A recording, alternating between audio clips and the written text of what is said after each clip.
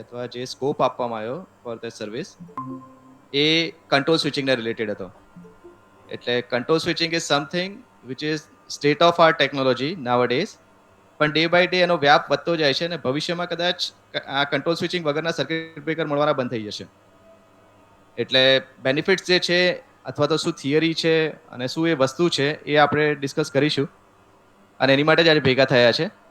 પણ ડિપ્લોમાવાળા સ્ટુડન્ટ્સ માટે આ શીખવાડવું એટલા માટે જરૂરી છે કારણ કે એબીબી કે સારી મલ્ટીનેશનલ કંપની છે એ બધામાં અત્યારે હિટાચી થઈ ગયું એબીબીનું, બધાને જાણ હશે એ પ્રમાણે, પણ એ છે સિમેન્સ છે. આ બધી જ જગ્યાએ હવે કોઈ જગ્યાએ કંટ્રોલ સ્વિચિંગ નામ છે, કોઈ જગ્યાએ સિંક્રોનસ સ્વિચિંગ નામ છે, પણ more or less circuit breaker is benefited or the age of circuit breaker can be prolonged if we use this device.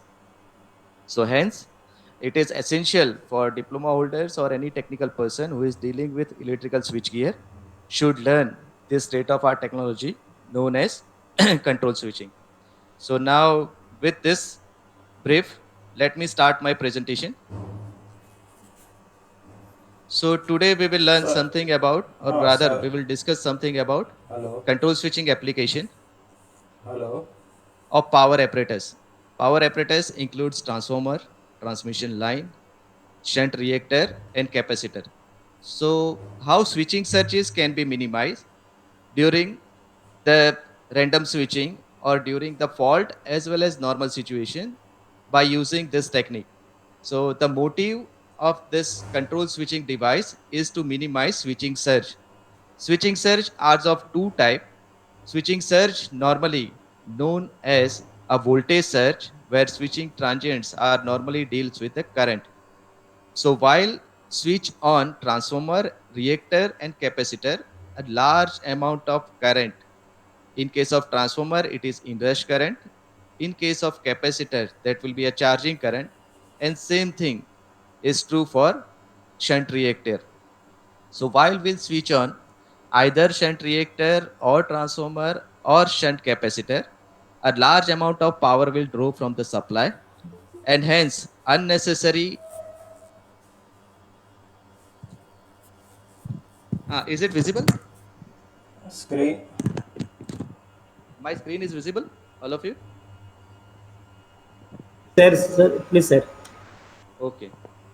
So that switching, a high reverse current can be minimized by using control switching, as well as while we are switching to the transmission line, whether it is compensated or non-compensated, that can be also managed by using control switching.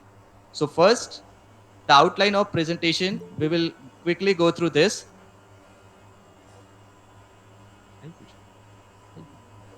Hello, sir. हाँ, Screen is દેખાય છે? screen is not visible. Share करो जो फरीदी. अच्छा, ફરી વાર કરું.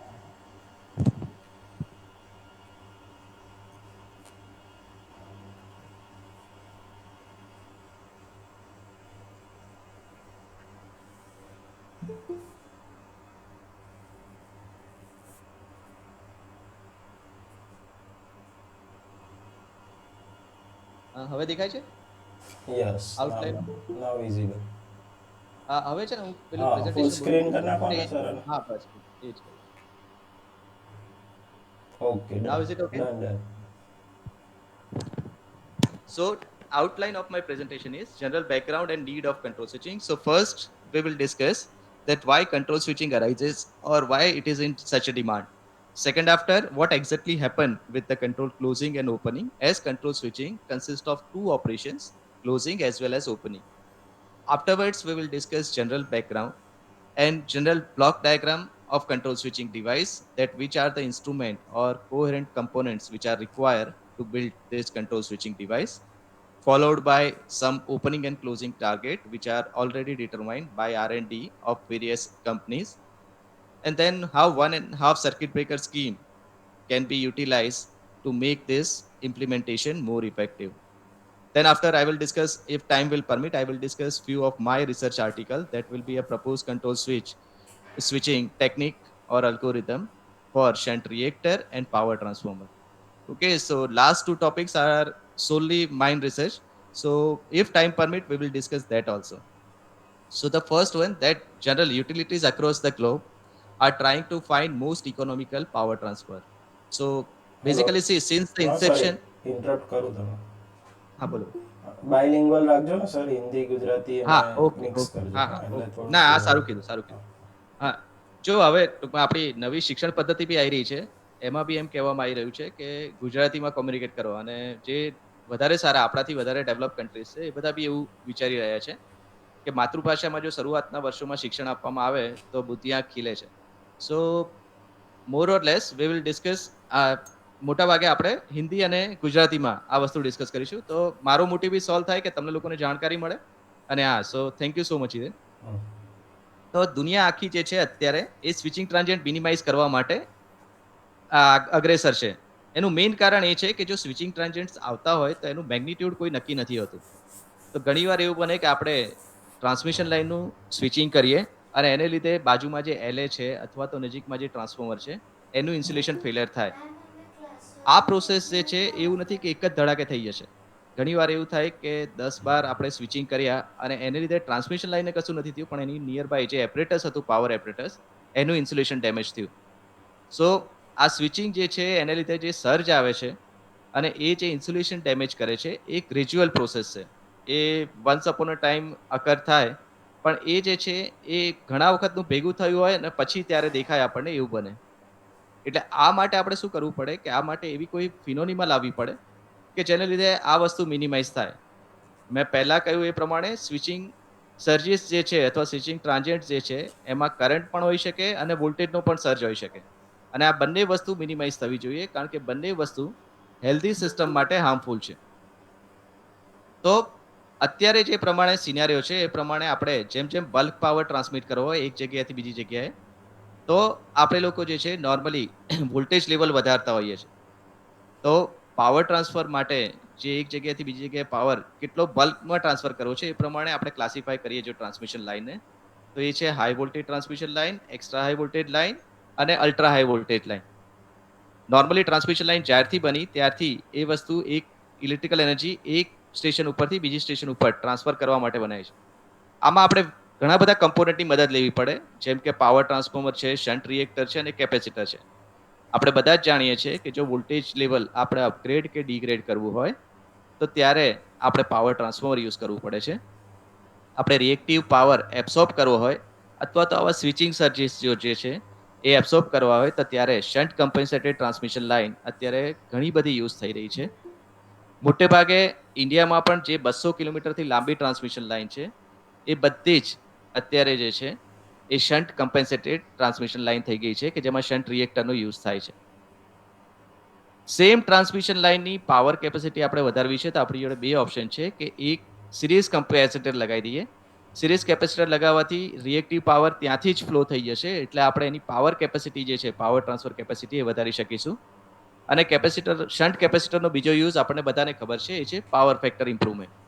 સો આ બધાનું જ્યારે સ્વિચિંગ થાય છે ત્યારે it will create a switching transient, જે આપણે એવોઇડ કરવા છે. અને એના લીધે પાવર ક્વોલિટી ડિટોરિએટ થાય છે, એજિંગ ડિટોરિએટ થાય છે અને રિલાયબિલિટી જે છે એ ઘણા મોટા પાયે ડિસ્ટર્બ થાય છે. સો in order to avoid all this, it is essential to apply any technique by which this switching transients can be minimized. આ એક સિમ્યુલેશન રિઝલ્ટ છે. આ સિમ્યુલેશન રિઝલ્ટ્સમાં એવું બતાવ્યું છે કે આ ટ્રાન્સમિશન લાઇનમાં પહેલા હેલ્ધી કરંટ ફ્લો થઈ રહ્યો હતો, પણ જ્યારે એના ટર્મિનલ વોલ્ટેજ રેટેડ હતા એમાં કંઈક ફોલ્ટ આવ્યો. ફોલ્ટ આવવાથી આપણે જે છે રીક્લોઝિંગ ઓપરેશન પરફોર્મ કર્યું. રીક્લોઝિંગ ઓપરેશન મતલબ કે નોર્મલી ટ્રાન્સમિશન લાઇન જે છે EHV અને UHV, એમાં 85% જે ફોલ્ટ થાય છે એ ટેમ્પરરી ફોલ્ટ હોય છે. એટલે પોતે જ થાય છે અને પોતે અમુક ક્ષણો પછી આપોઆપ રિઝોલ્વ થઈ જતા હોય છે. આવા ટેમ્પરરી ફોલ્ટ માટે is it visible? Skin is visible? Screen જતી રહી છે. સ્ક્રીન નથી દેખાતી અત્યારે. એક કોઈ મિનિટ, ફરી સ્ક્રીન વાર શેર કર્યું ને કોઈ સ્ટુડન્ટે ભૂલથી એટલે એવું થયું. ફરી વાર કરો, ફરી વાર. હા આવું કંઈ હોય તો મને કહેતા રહેજો. હા sir.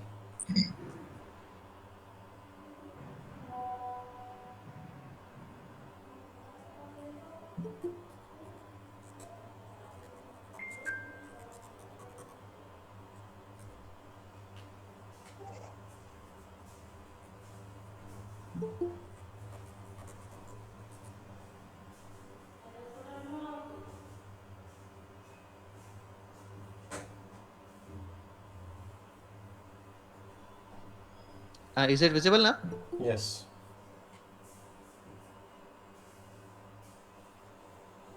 Yes, sir, it is visible. Yes. Okay. આ જે છે એક સિમ્યુલેશન છે. નોર્મલી મેં તમને કહ્યું એમ કે ટ્રાન્સમિશન લાઇનમાં 85% જે ફોલ્ટ થાય છે ને એ બધા ટેમ્પરરી ફોલ્ટ હોય છે.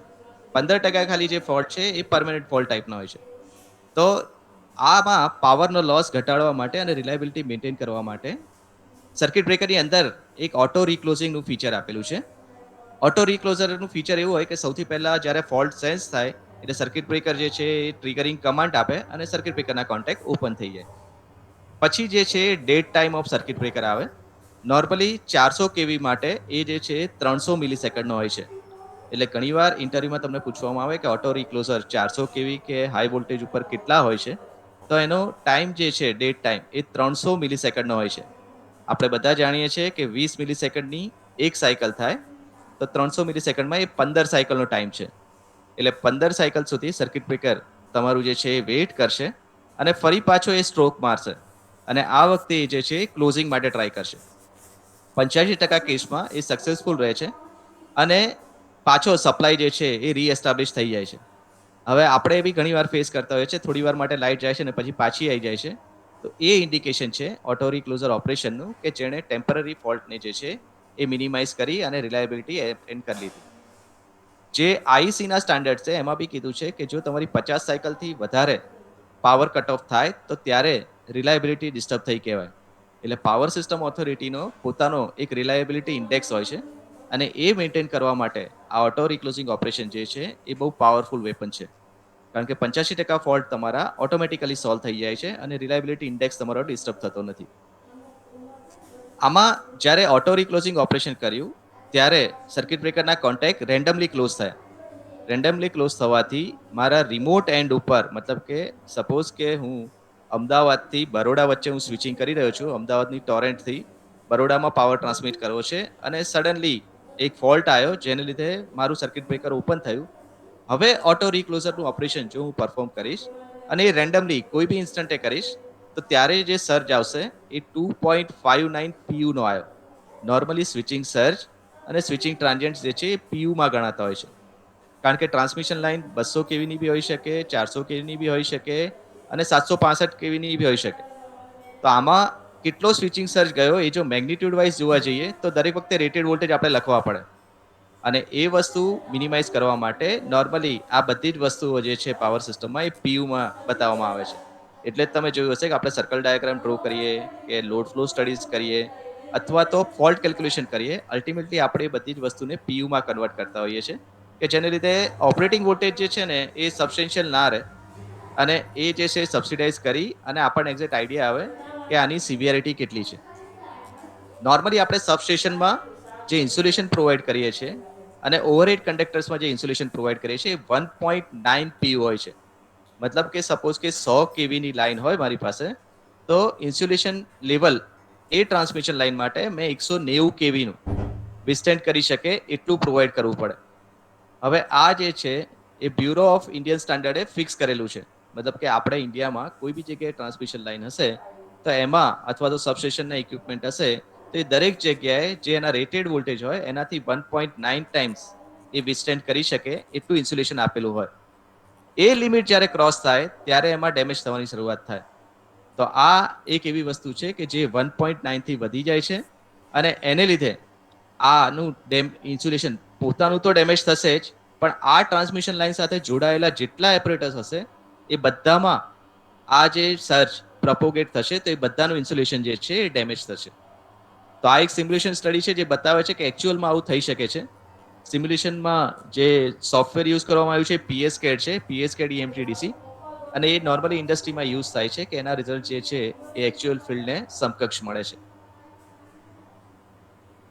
આ જે છે એ શન્ટ કમ્પેન્સેટેડ લાઇન, પહેલા જ મેં તમને કીધું એ આપણી જોડે અનકમ્પેન્સેટેડ લાઇન હતી કે જ્યાં આપણે ડેટ ટાઈમ જ્યારે હતો, આ જૂની સ્લાઇડ બતાવું તેમાં આ જે ડેટ ટાઈમ હતો ને એમાં આપણે જો ચાર્જ, આ ટ્રેપ ચાર્જ કહેવાય, ટ્રાન્સમિશન લાઇનને જ્યારે તમે ઓપન કરી નાખો ત્યારે થોડા વખત સુધી એની અંદર એનર્જી રહે અને એ જે વસ્તુ છે એને એનું ટ્રેપ ચાર્જ કહેવાય.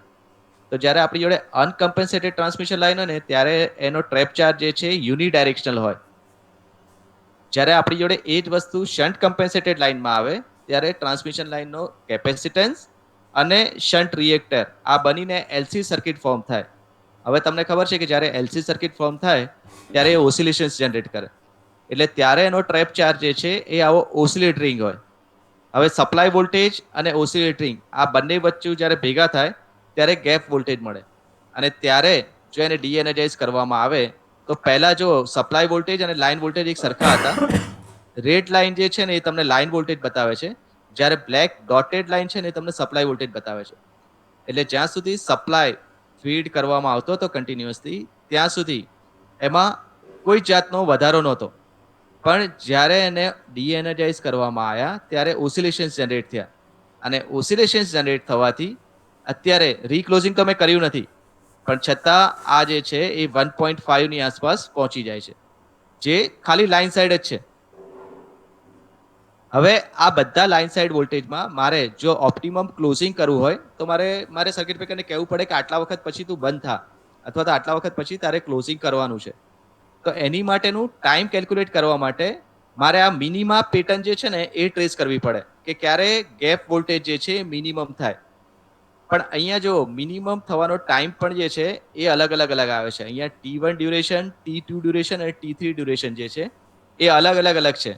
એટલે હું એવું ના કહી શકું કે 20 સેકન્ડ પછી અથવા તો 25 સેકન્ડ પછી અથવા તો કે 10 સેકન્ડ પછી આ બીટ પેટર્ન જે છે નોર્મલાઇઝ થઈ જશે અને ત્યારે જ્યારે હું ક્લોઝિંગ કરું છું સર્કિટ બ્રેકરનું ફરી વાંચું અથવા તો રીક્લોઝિંગ કરું છું ત્યારે મને મિનિમા બીટ પેટર્ન જ મળશે. જો આ મિનિમા બીટ પેટર્નની બદલે મેં અહીંયા ઉપર કરી નાખ્યું સ્વિચિંગ અથવા તો અહીંયા નીચે આ સાઈડ સ્વિચિંગ કરી નાખ્યું તો શું થશે કે ફરી પાછો સ્વિચિંગ સર્જ જે છે એ મારો 2.59 PU જેવો થઈ જશે. એટલે સ્વિચિંગ માટે જો ત્યારે તમે બીટ પેટર્ન કન્સિડર કરતા હો તો ત્યારે આ પ્રોબ્લેમ આવે છે. હવે કંટ્રોલ સ્વિચિંગ આપણે પાવર એપરેટસમાં જોઈએ તો શન્ટ રિએક્ટર. તો શન્ટ રિએક્ટરમાં શું થાય કે જ્યારે આપણે રેન્ડમલી સ્વિચિંગ કરીએ તો એમાં ઇન્ડસ કરંટ અથવા તો ચાર્જિંગ કરંટ ફ્લો થશે. આ ચાર્જિંગ કરંટની મોટે ભાગે કેરેક્ટરિસ્ટિક શું છે કે એમાં ડીસી ઓફસેટ આવે છે. હવે ડીસી ઓફસેટને લીધે થાય શું કે સાઇનુસોઇડલ બિહેવિયર જ લે પણ એ જે છે ને એ પોઝિટિવ અથવા તો નેગેટિવ એક્સિસ ઉપર શિફ્ટ થઈ જાય. તો આ જો આર વાય બી ફેઝ ત્રણેય ફેઝ છે પણ આર ફેઝ જે છે એમાં ડીસી ઓફસેટ નેગેટિવ સાઈડનું છે એટલે એનું બિહેવિયર જે છે ને એ સાઇનુસોઇડલ જ છે. પણ એ નેગેટિવ સાઈડ જવાથી એ -2 PU જેવું જાય છે. પોઝિટિવ સાઈડ એનું કોઈ ઇન્ક્લિનેશન નથી પણ અહીંયા નેગેટિવ સાઈડ 2 PU સુધી જાય છે. એ જ રીતે આપણે જો વાય અને બી ફેઝનું જોઈએ તો આ બે જે છે એ એને ઉપરની સાઈડ મતલબ કે પોઝિટિવ હાફ સાયકલ ઉપર 2 PU સુધી જાય છે. નોર્મલી આપણે જે કેબલ અથવા જે બસથી આને કનેક્ટ કરેલું હોય એમાં એની કરંટ કેરિંગ કેપેસિટી 1 PU હોય અને સેફ્ટી ફેક્ટર સાઈડ એને 20% એક્સેસ મતલબ કે 1.2 PU સુધી એનું રેટિંગ આપેલું હોય. જ્યારે સ્વિચિંગમાં વારંવાર કરવામાં આવે ત્યારે આ રીતનો જો સિનારીઓ રચાય તો એ એના ઇન્સ્યુલેશનને ડેમેજ કરે છે. કારણ કે જેમ હાઈ કરંટ ફ્લો થાય એમાં એસિમેટ્રિકલ ફોલ્ટ જે છે એવા સ્ટ્રેસીસ ડેવલપ થતા હોય અને આ વસ્તુ જે છે એ એના ઇન્સ્યુલેશનને હર્ટ કરે. સૌથી ઇમ્પોર્ટન્ટ વસ્તુ કે તમે ઇન્સ્ટ્રુમેન્ટ ટ્રાન્સફોર્મર ભણી ગયા છો. ટ્રાન્સફોર્મર જે છે નોર્મલી પાવર સિસ્ટમમાં જે વપરાય છે એ બે ટાઈપના હોય છે. એક પાવર ટ્રાન્સફોર્મર અને બીજું જે છે એ ઇન્સ્ટ્રુમેન્ટ ટ્રાન્સફોર્મર. ઇન્સ્ટ્રુમેન્ટ ટ્રાન્સફોર્મર જે છે ક્યાં તો પ્રોટેક્શન માટે વપરાય અથવા તો મીટરિંગ માટે વપરાય. હવે જ્યારે આ જાતનો ડીસી ઓફસેટ આવે ત્યારે શું થાય કે એની કોર જે છે એ સેચ્યુરેટ થઈ જાય. કારણ કે ડીસી જે છે આપણે સાઇનુસોઇડલ હોય ને તો આપણું ટ્રાન્સફોર્મર નોર્મલ વર્કિંગ કરે.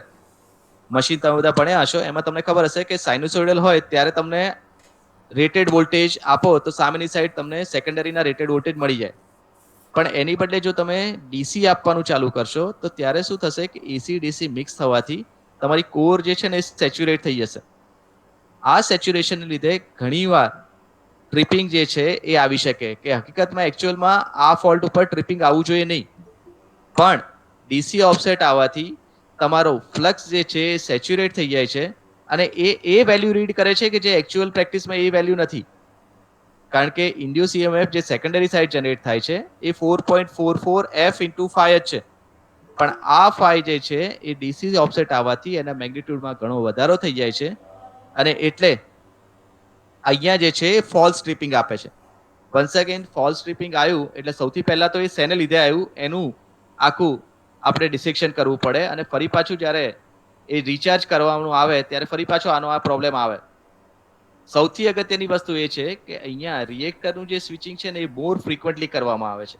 કારણ કે આપણો લોડ જે છે જેમ કે લોડ વધી ગયો ત્યારે આપણે રિએક્ટરને કટ ઓફ કરી દેતા હોય છે. જ્યારે લોડ ઘટી જાય ત્યારે એ લીન પીરિયડમાં આપણે ફરી પાછા બસ રિએક્ટરને લગાવી દેતા હોય છે.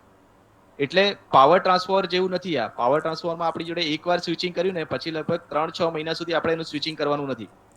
પણ રિએક્ટર અને કેપેસિટર આ બે એવા વસ્તુ છે કે જે ડેલી બેઝ ઉપર એનું સ્વિચિંગ થાય છે.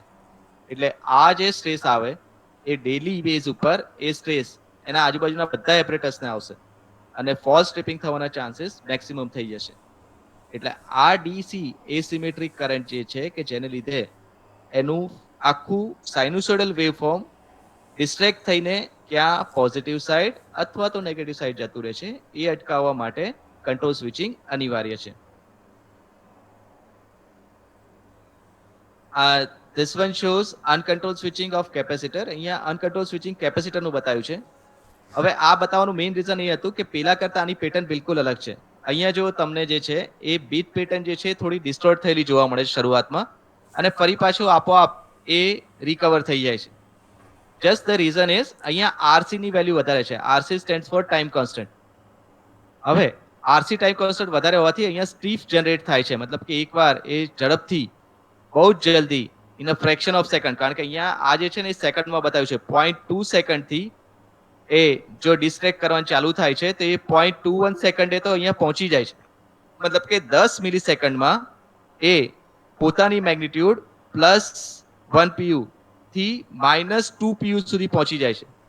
એટલે એને લીધે શું થશે કે LdI/dt જે સર્કિટમાં ઇન્ડક્ટર હશે એટલો બધો વધી જશે કે જે હાઈ વોલ્ટેજ સર્જ ક્રિએટ કરશે અને એને લીધે તમારું ઇન્સ્યુલેશન ડેમેજ થવાના chances as well as protective relay માલ ફંક્શનિંગ કરવાના ચાન્સીસ જે છે એ બહુ વધી જાય છે.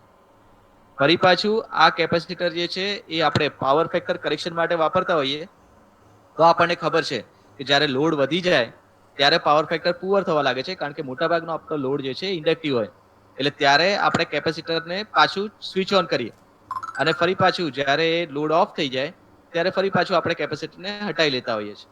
એટલે આ સ્વિચિંગ બી ફ્રીક્વન્ટ છે અને એટલા માટે એની સિવિયરિટી જે છે અથવા તેની હાર્મફુલ ઇફેક્ટ જે છે એ ખૂબ વધારે હોય છે.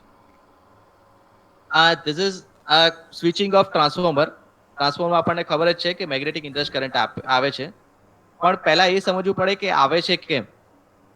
નોર્મલી એવું હોય છે કે જેમ કે આપણે જે પોતાના મૂળ ગામમાં હોઈએ અને એ ગામમાં પહોંચવાનો આપણને જે આનંદ થાય એ એટલા માટે થતો હોય છે કારણ કે આપણે ત્યાંના બધી વસ્તુઓને ફેમિલિયર છે.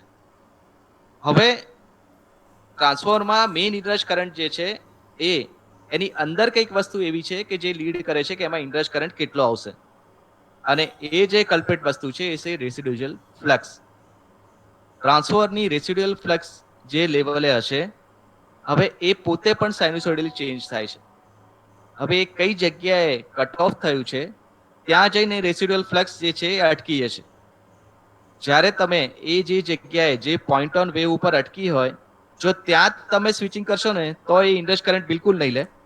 પણ જો એનાથી ઓપોઝિટ સાઈડ તમે જો એને સ્વિચિંગ કરશો તો ત્યારે એ તમને ઇન્ડક્શન કરંટ ડ્રો કરશે, કારણ કે એને અલ્ટિમેટલી ફ્લક્સ લેવલ જે છે ફરી પાછું પોતાનું પ્રી એસ્ટાબ્લિશ જે હતું એ કરવું છે. લેન્સ લોના પ્રમાણે એ પોતાના પ્રી ડિફાઇન ઝોનમાં પાછું જવા માંગે છે. તો સૌથી પહેલા આપણે એવું વિચારીએ કે અહીંયા આપણી જોડે ફ્લક્સ રેસિડ્યુઅલ ફ્લક્સ બિલકુલ નથી.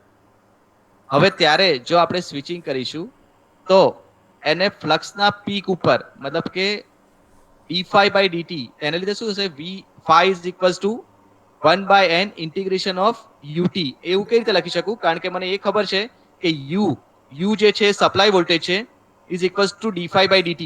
તો મારે phi માટે ઇક્વેશન લેવું હશે તો બંને બાજુ ઇન્ટિગ્રેશન લેવું પડશે અને n d5/dt હતું, એટલે અહીંયા 1/n into u into dt એનું ઇન્ટિગ્રેશન થઈ જશે.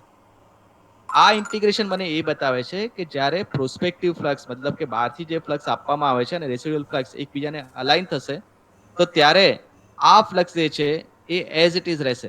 નહીતર દરેક વખતે એમાં પ્રોસ્પેક્ટિવ ફ્લક્સ એડ થશે અને એ જે છે એ મારા સેચ્યુરેશનને વધારે આગળ લઈ જશે.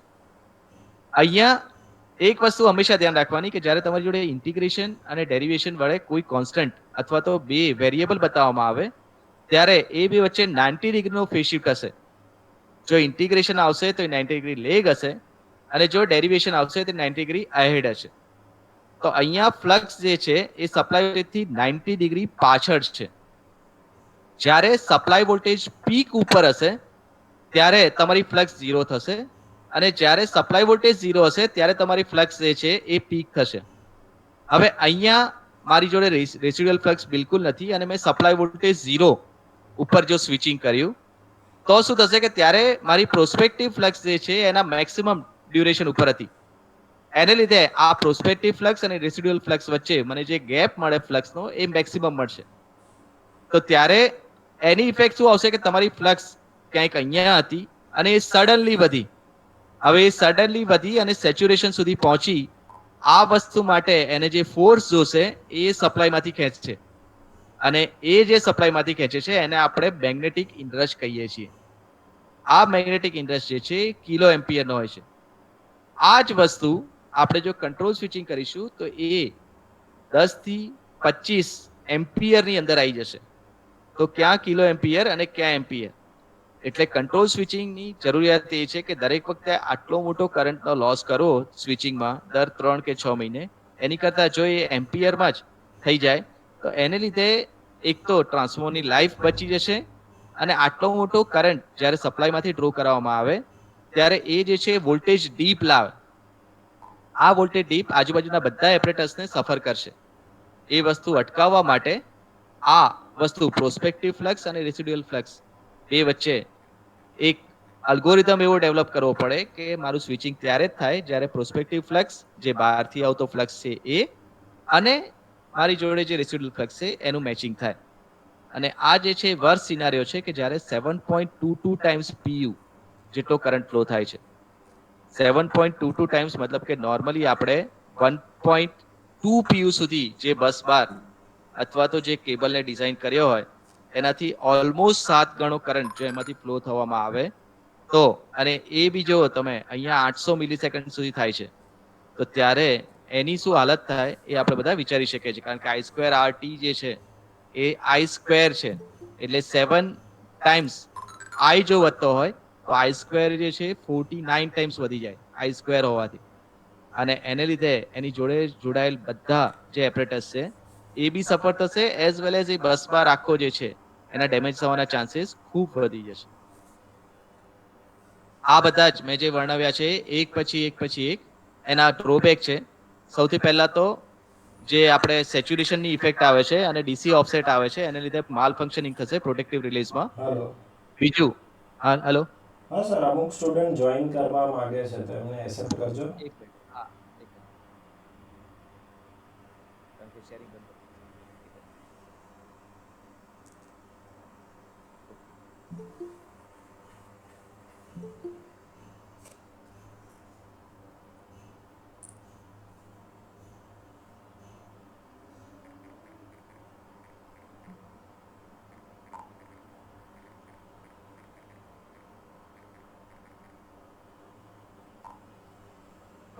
Okay, is it visible now? Okay sir, okay. આ જે માલ ઓપરેશન રિલેનું જે થશે એ મેં પહેલા સમજાવ્યું એમ કે એને લીધે શું થશે કે આપણે રિલે ટ્રીપ ના થવું જોઈએ પણ છતાં એ ટ્રીપ થઈ જશે અને રિલાયબિલિટી હર્ટ થશે.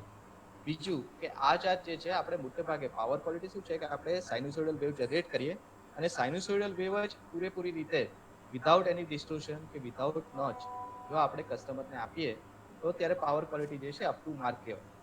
પણ એવું ક્યારેય હોતું નથી કારણ કે આપણા ઓલ્ટરનેટર જે બનાવટ છે ત્યાંથી જ આપણે હાર્મોનિક્સ જે છે ઇન્ટ્રોડ્યુસ થઈ જતા હોય છે. હવે એ વસ્તુ જ્યારે સર કસ્ટમર અવાજ સુધી ધીમો પહોંચે થઈ ગયો છે એકદમ. અચ્છા. હવે જ્યારે એ હા. વસ્તુ કસ્ટમર સુધી પહોંચશે ત્યારે તો એમાં ઘણા બધા સ્વિચિંગ ડિવાઇસ ઉમેરાશે. હવે ડે બાય ડે આપણને ખબર છે એક મિનિટ પેલું દેખાય છે પ્રેઝન્ટેશન બંધ થયું. હા એટલે નેટવર્કના પ્રોબ્લેમ થતા લાગે છે. આને પહેલા એડમિટ કરી દઉં પટેલ આકાશ. અચ્છા એવું કોઈ કોમ્યુનિકેટ થઈ શકે એવું છે કે આપણે એમને 2-3 મિનિટ આપીએ તો જેટલાને આવું છે બધા આવી જાય કે એવું બી થઈ શકે એવું? થઈ શકશે હું કરી દઉં ચલો. હા તો ત્યાં સુધીમાં હું મારી વાત જે છે ને પૂરી કરી દઉં અને એ લોકોને કહો કે જોઈન્ટ થઈ જાય. ઓકે હું 2 મિનિટ સુધી વાત કરું છું. હા આ રીતે પ્રેઝન્ટેશન નથી રાખતો. ઓકે હા હવે જે રીતે આપણે હમણાં ડિસ્કસ કર્યું ને કે કંટ્રોલ સ્વિચિંગ ને અનકંટ્રોલ સ્વિચિંગ, તો અનકંટ્રોલ સ્વિચિંગ કરીએ તો સૌથી પહેલા આપણે સ્વિચિંગ જોયું, ટ્રાન્સમિશન લાઇનનું સ્વિચિંગ જોયું, આપણે કેપેસિટરનું સ્વિચિંગ જોયું, શન્ટ રિએક્ટરનું જોયું. આ બધાના સ્વિચિંગમાં આપણે જોયું તો એક પેટર્ન ફોલો થાય છે અને એ પેટર્ન એ બતાવે છે કે ટ્રાન્સફોર્મર હોય, શન્ટ રિએક્ટર હોય અથવા તો કેપેસિટર હોય, આ બધામાં તમારો જે છે ચાર્જિંગ કરંટ અથવા તો ઇનરશ કરંટ જે છે એ વધારે ખેંચાય છે. જ્યારે ટ્રાન્સમિશન લાઇનના સ્વિચિંગમાં જ્યારે રેન્ડમલી સ્વિચિંગ કરવામાં આવે ત્યારે એમાં જે છે એ સ્વિચિંગ સર્જ વધારે આવે છે. એટલે ક્યાં તો સ્વિચિંગ સર્જ કહો અથવા તો હાઈ ઇનરશ કરંટ કહો, આ બધું સ્વિચિંગ ટ્રાન્ઝિયન્ટ્સમાં આવી જશે તમારું. આને મિનિમાઇઝ કરવા માટે આપણે જે ક્વોલિટી પ્રપોઝ કરીશું એને કહીશું કંટ્રોલ સ્વિચિંગ. કંટ્રોલ સ્વિચિંગ જે છે એ છે શું તો એક જાતની પોઈન્ટ ઓન વેવ સ્વિચિંગ છે. પોઈન્ટ ઓન વેવ સ્વિચિંગ એટલે આપણી જોડે જો સાઇનુસોઇડલ વેવફોર્મ હોય તો એનો પર્ટિક્યુલર પોઈન્ટ, જેમ કે એની પીક છે, એનું ઝીરો મેગ્નિટ્યુડ છે અથવા તો હાફ ઓફ ધ પીક છે, આ બધા એના પોઈન્ટ જે છે એ પર્ટિક્યુલર ટાઈમે એરાઇઝ થતા હોય. સપોઝ કે એકવાર મને સપ્લાય વોલ્ટેજ ખબર પડી જાય કે સપ્લાય વોલ્ટેજ 0.2 મિલીસેકન્ડ ઉપર એ જે છે એ ઝીરો થયું, તો પછી મને ખબર પડશે કે હવે ઓલ્ટરનેટ ઝીરો ક્યારે આવતા રહેશે. કારણ કે દર 10 મિલીસેકન્ડે સપ્લાય વોલ્ટેજ પોતે ઝીરો એટેન્ડ કરશે. એટલે જો એણે 0.2 ઉપર એટેન્ડ કર્યું 0.2 મિલીસેકન્ડ ઉપર, તો પછી એ 10.2 ઉપર એનો બીજો એક ઝીરો આવશે, પછી 20.2 ઉપર એનો અલગ એક ઝીરો આવશે. એટલે આ રીતે પ્રિડિક્શન થઈ શકે કે જો મારે વોલ્ટેજ ઝીરો ઉપર જ ઓપરેટ કરવું છે તો હું સર્કિટ બ્રેકરને ક્યારે કહીશ કે તું ક્લોઝ થા. નોર્મલી સર્કિટ બ્રેકરને તમે સપોઝ કે ક્લોઝ થવાનો કમાન્ડ આપો તો એ પોતે એક મિકેનિકલ ડિવાઇસ છે. સર્કિટ બ્રેકરને 2.5 સાયકલ જેટલો ટાઈમ એટલે કે 50 મિલીસેકન્ડ જેટલો ટાઈમ ક્લોઝિંગ થવામાં લાગે. એટલે જે ટાર્ગેટ ઉપર તમારે ક્લોઝ કરવું હોય એ પહેલેથી પ્રી ડિફાઇન કરી લેવું પડે.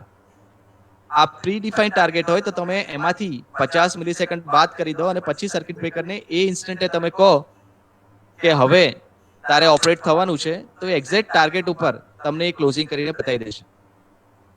એટલે સૌથી મોટો કંટ્રોલ સ્વિચિંગમાં જો ઓબ્સ્ટિકલ હોય તો એ છે કે બીઇંગ અ મિકેનિકલ ડિવાઇસ. સર્કિટ બ્રેકર આપણે બધા જાણીએ છીએ કે હાઇડ્રોલિક પ્રેશરથી ઓપરેટ થતું હોય છે. એટલે બીઇંગ અ મિકેનિકલ ડિવાઇસ, સર્કિટ બ્રેકરને આપણે જો પર્ટિક્યુલર ટાઈમે અને પર્ટિક્યુલર ઇન્સ્ટન્ટે ક્લોઝ કરવું છે તો એ ટાર્ગેટ આપણું પ્રી ડિફાઇન હોવું જોઈએ.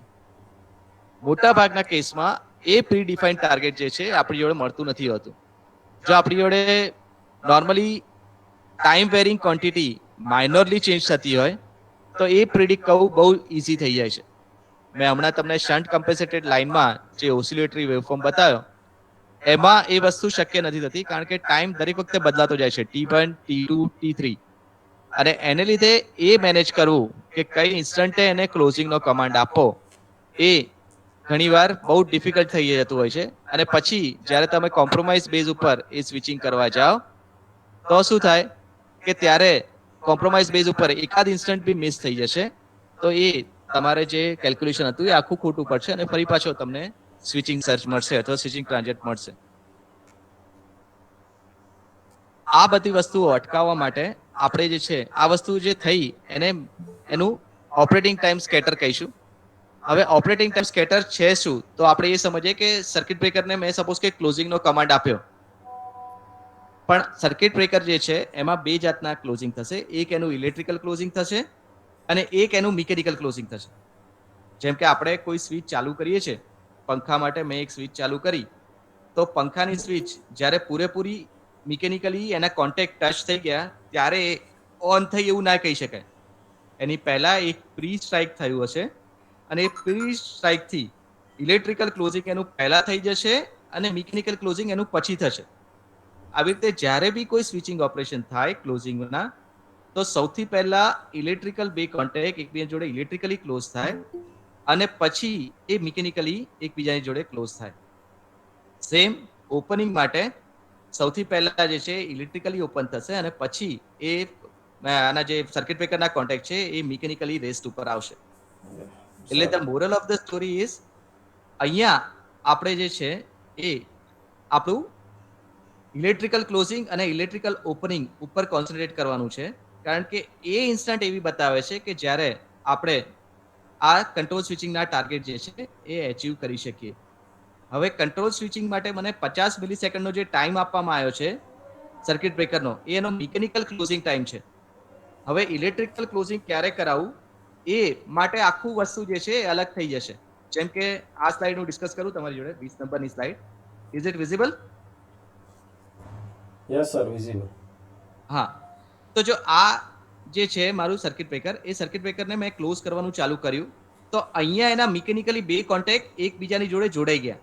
મતલબ કે સર્કિટ બ્રેકર 50 મિલિસેકન્ડ પહેલા ક્લોઝ થવાનું ચાલુ થયું, હાઇડ્રોલિક પ્રેશર એનું ઓન થયું અને બંને કોન્ટેક્ટ એકબીજા તરફ, મૂવિંગ કોન્ટેક્ટ જે છે એ એનો સ્ટેટિક કોન્ટેક્ટ હતો એ તરફ ધીમે ધીમે ધીમે આગળ વધે છે. પણ અહીંયા આ ઇન્સ્ટન્ટ જે છે જ્યાં મિકેનિકલ ક્લોઝિંગ કહ્યું છે, ત્યાં એક કોન્ટેક્ટની સરફેસ, મૂવિંગ કોન્ટેક્ટની સરફેસ એના ઇલેક્ટ્રિકલ કોન્ટેક્ટની સરફેસ જોડે જોડાઈ જશે. બંને એકબીજાને ફિઝિકલી ટચ કરશે. પણ એમાંથી કરંટ ફ્લો થવાનું ક્યારે ચાલુ થશે? તો જ્યારે એ બેની વચ્ચે આ ઇલેક્ટ્રિકલ કનેક્શન થઈ ગયું ત્યારે. હવે આ ઇલેક્ટ્રિકલ કનેક્શન જે છે એ એના ગેપના, એના બે કોન્ટેક્ટની વચ્ચે કેટલા વોલ્ટેજ છે એના ઉપર આધારિત છે. ઘણીવાર જો વોલ્ટેજ વધારે હોય અને બે કોન્ટેક્ટ વચ્ચે ડાઇલેક્ટ્રિક સ્ટ્રેન્થ જે મીડિયમની કહેવાય એ ઓછી હોય તો એ વહેલા થઈ જાય. તો અંદરની ડાઇલેક્ટ્રિક સ્ટ્રેન્થ અને સ્પીડ ઓફ સર્કિટ બ્રેકર એ નક્કી કરશે કે એનું ઇલેક્ટ્રિકલ ક્લોઝિંગ ક્યારે થયું. આ બધી વસ્તુ કન્સિડર કરીને એક ફંક્શન ફોર્મ કરવામાં આવ્યું છે જેને rate of decay of dielectric strength RDDS કહેવામાં આવે છે. RDDS એટલે શું થશે? Rate of decay of dielectric strength. મતલબ કે જ્યારે મૂવિંગ કોન્ટેક્ટ ફિક્સ કોન્ટેક્ટ તરફ આગળ વધતો હશે ક્લોઝિંગ ઓપરેશન માટે, ત્યારે એક ફિક્સ રેટથી એ બે વચ્ચેનું ડાઇલેક્ટ્રિક સ્ટ્રેન્થ જે હતી એ ડિટોરિએટ થતી હશે. જ્યારે એ બે એકબીજાને મિકેનિકલી ક્લોઝ થઈ જશે અથવા તો ફિઝિકલી ટચ કરી દેશે, ત્યારે મૂવિંગ કોન્ટેક્ટ અને ફિઝિકલ ટચ થતા ફિક્સ કોન્ટેક્ટથી એ બે વચ્ચે ડાઇલેક્ટ્રિક સ્ટ્રેન્થ જે છે એ ઝીરો થઈ જશે. એટલે સપોઝ કે 400 કેવી સર્કિટ બ્રેકર નું જો હું ઓપરેશન કરતો હોઉં તો ત્યારે એમાં બે કોન્ટેક્ટ વચ્ચે નોર્મલી 2.5 ટાઈમ્સ જેટલો ગેપ રાખવામાં આવે છે. જેમ જેમ સર્કિટ બ્રેકરનું ક્લોઝિંગ ઓપરેશન પરફોર્મ થતું જશે એમ પ્રમાણે એ બે એકબીજાની નજીક આવતા જશે. તો શરૂઆતમાં સપોઝ કે એની બેની વચ્ચે 1000 કેવીનું વોલ્ટેજ વિસ્ટેન્ડ કરી શકે. સ્ક્રીન નથી દેખાતું.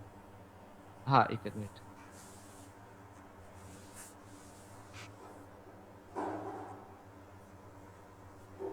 ઓકે. એટલે સપોઝ કે બેની વચ્ચે 1000 કેવી વિસ્ટેન્ડ કરી શકે એટલો બેની વચ્ચે ગેપ હતો અને વચ્ચે એની વચ્ચે ડાઇલેક્ટ્રિક મીડિયમ હતું. પણ જ્યારે જ્યારે સપોઝ કે બે કોન્ટેક્ટ એમાં ફિક્સ કોન્ટેક્ટની નજીક જેમ મૂવિંગ કોન્ટેક્ટ જતો જશે ક્લોઝિંગ ઓપરેશન માટે, એમની ડાઇલેક્ટ્રિક સ્ટ્રેન્થ જે છે ને એ ડિટોરિએટ થતી જશે. જ્યારે એ બે ફિઝિકલી એકબીજાને મળી જશે ત્યારે એ સાવ ઝીરો થઈ જશે. હવે બેની વચ્ચે, કારણ કે મૂવિંગ કોન્ટેક્ટ જે છે એ સપ્લાય સાઈડ જોડેલો હશે, જ્યારે તમારો ફિક્સ કોન્ટેક્ટ જે છે એ લોડ સાઈડ જોડાયેલો હશે. હવે બંને સાઈડ વોલ્ટેજ તો હશે જ હંમેશા. તો ક્યારેક એવું બને અથવા તો મોટા ભાગે એવું બને છે કે એ લોકો મિકેનિકલી એકબીજાની જોડે ટચ કરે એ પહેલા જ એની સર્કિટ પૂરી થઈ જાય અને એમાંથી કરંટ ફ્લો થવા લાગે. અને આ વસ્તુને કહેવાય એનું ઇલેક્ટ્રિકલ ક્લોઝિંગ. અહીંયા જે આપણે ક્લોઝિંગ કરવાનું વિચારી રહ્યા છે એ બધા એના ઇલેક્ટ્રિકલ ક્લોઝિંગ પોઈન્ટ છે. એટલે મિકેનિકલ સર્કિટ બ્રેકર દ્વારા ઇલેક્ટ્રિકલ ક્લોઝિંગ કરવાનું જે ચેલેન્જિંગ કામ છે એ માટે જે વસ્તુની જરૂર પડે છે એ બધા જ કમ્પોનન્ટ આપણે કંટ્રોલ સ્વિચિંગ ડિવાઇસમાં આપવા પડે. અને એ માટે કંટ્રોલ સ્વિચિંગ ઓપરેશન આપણે જો ડિસ્કસ કરીએ તો એની માટે આ એનો બ્લોક ડાયાગ્રામ છે. સૌથી પહેલા સપોઝ કે મેં એને ક્લોઝિંગ અથવા ઓપરેશનનો રેન્ડમ કમાન્ડ આપ્યો કે હવે તું ક્લોઝ થા, તો એની માટે એ થોડો વેઇટ કરશે. એ વેઇટ કેમ કરશે? કારણ કે એ રાહ જોશે કે મારે સપોઝ કે વોલ્ટેજ 0 ઉપર ક્લોઝ થવાનું છે, તો એ વોલ્ટેજ 0 ક્યારે આવે છે, અને એની માટે પાવર સિસ્ટમમાંથી ઇન્સ્ટ્રુમેન્ટ ટ્રાન્સફોર્મમાંથી ડેટા લેશે અને પછી પ્રિડિક્ટ કરશે કે સપોઝ કે 0.2 સેકન્ડે 0 આવ્યો, તો હવે પછીનો 0 જે છે એ 10 મિલીસેકન્ડ પછી આવશે, એના પછી પાછી 10 મિલીસેકન્ડ પછી આવશે. મેં નોર્મલી તમને કીધું એમ કે સર્કિટ બ્રેકર જે છે એ 50 મિલીસેકન્ડ પોતાનો ક્લોઝિંગ ટાઈમ અથવા તો 2.5 સાયકલ જેટલો પોતાનો ક્લોઝિંગ ટાઈમ લેશે. તો એ 50 મિલીસેકન્ડ પછીનું કોઈ ટાર્ગેટ જે છે એ પોતે કેલ્ક્યુલેટ કરી અને ફિક્સ કરશે, અને એ પ્રમાણે એ પોતાના કોન્ટેક્ટની જે છે એ ગતિ ચાલુ કરશે. તો સૌથી પહેલા તેણે પાવર સિસ્ટમમાંથી ડેટા લેવા પડશે કે જેને લીધે એને ખબર પડે કે મારે હવે ક્લોઝિંગ કરવાનું છે.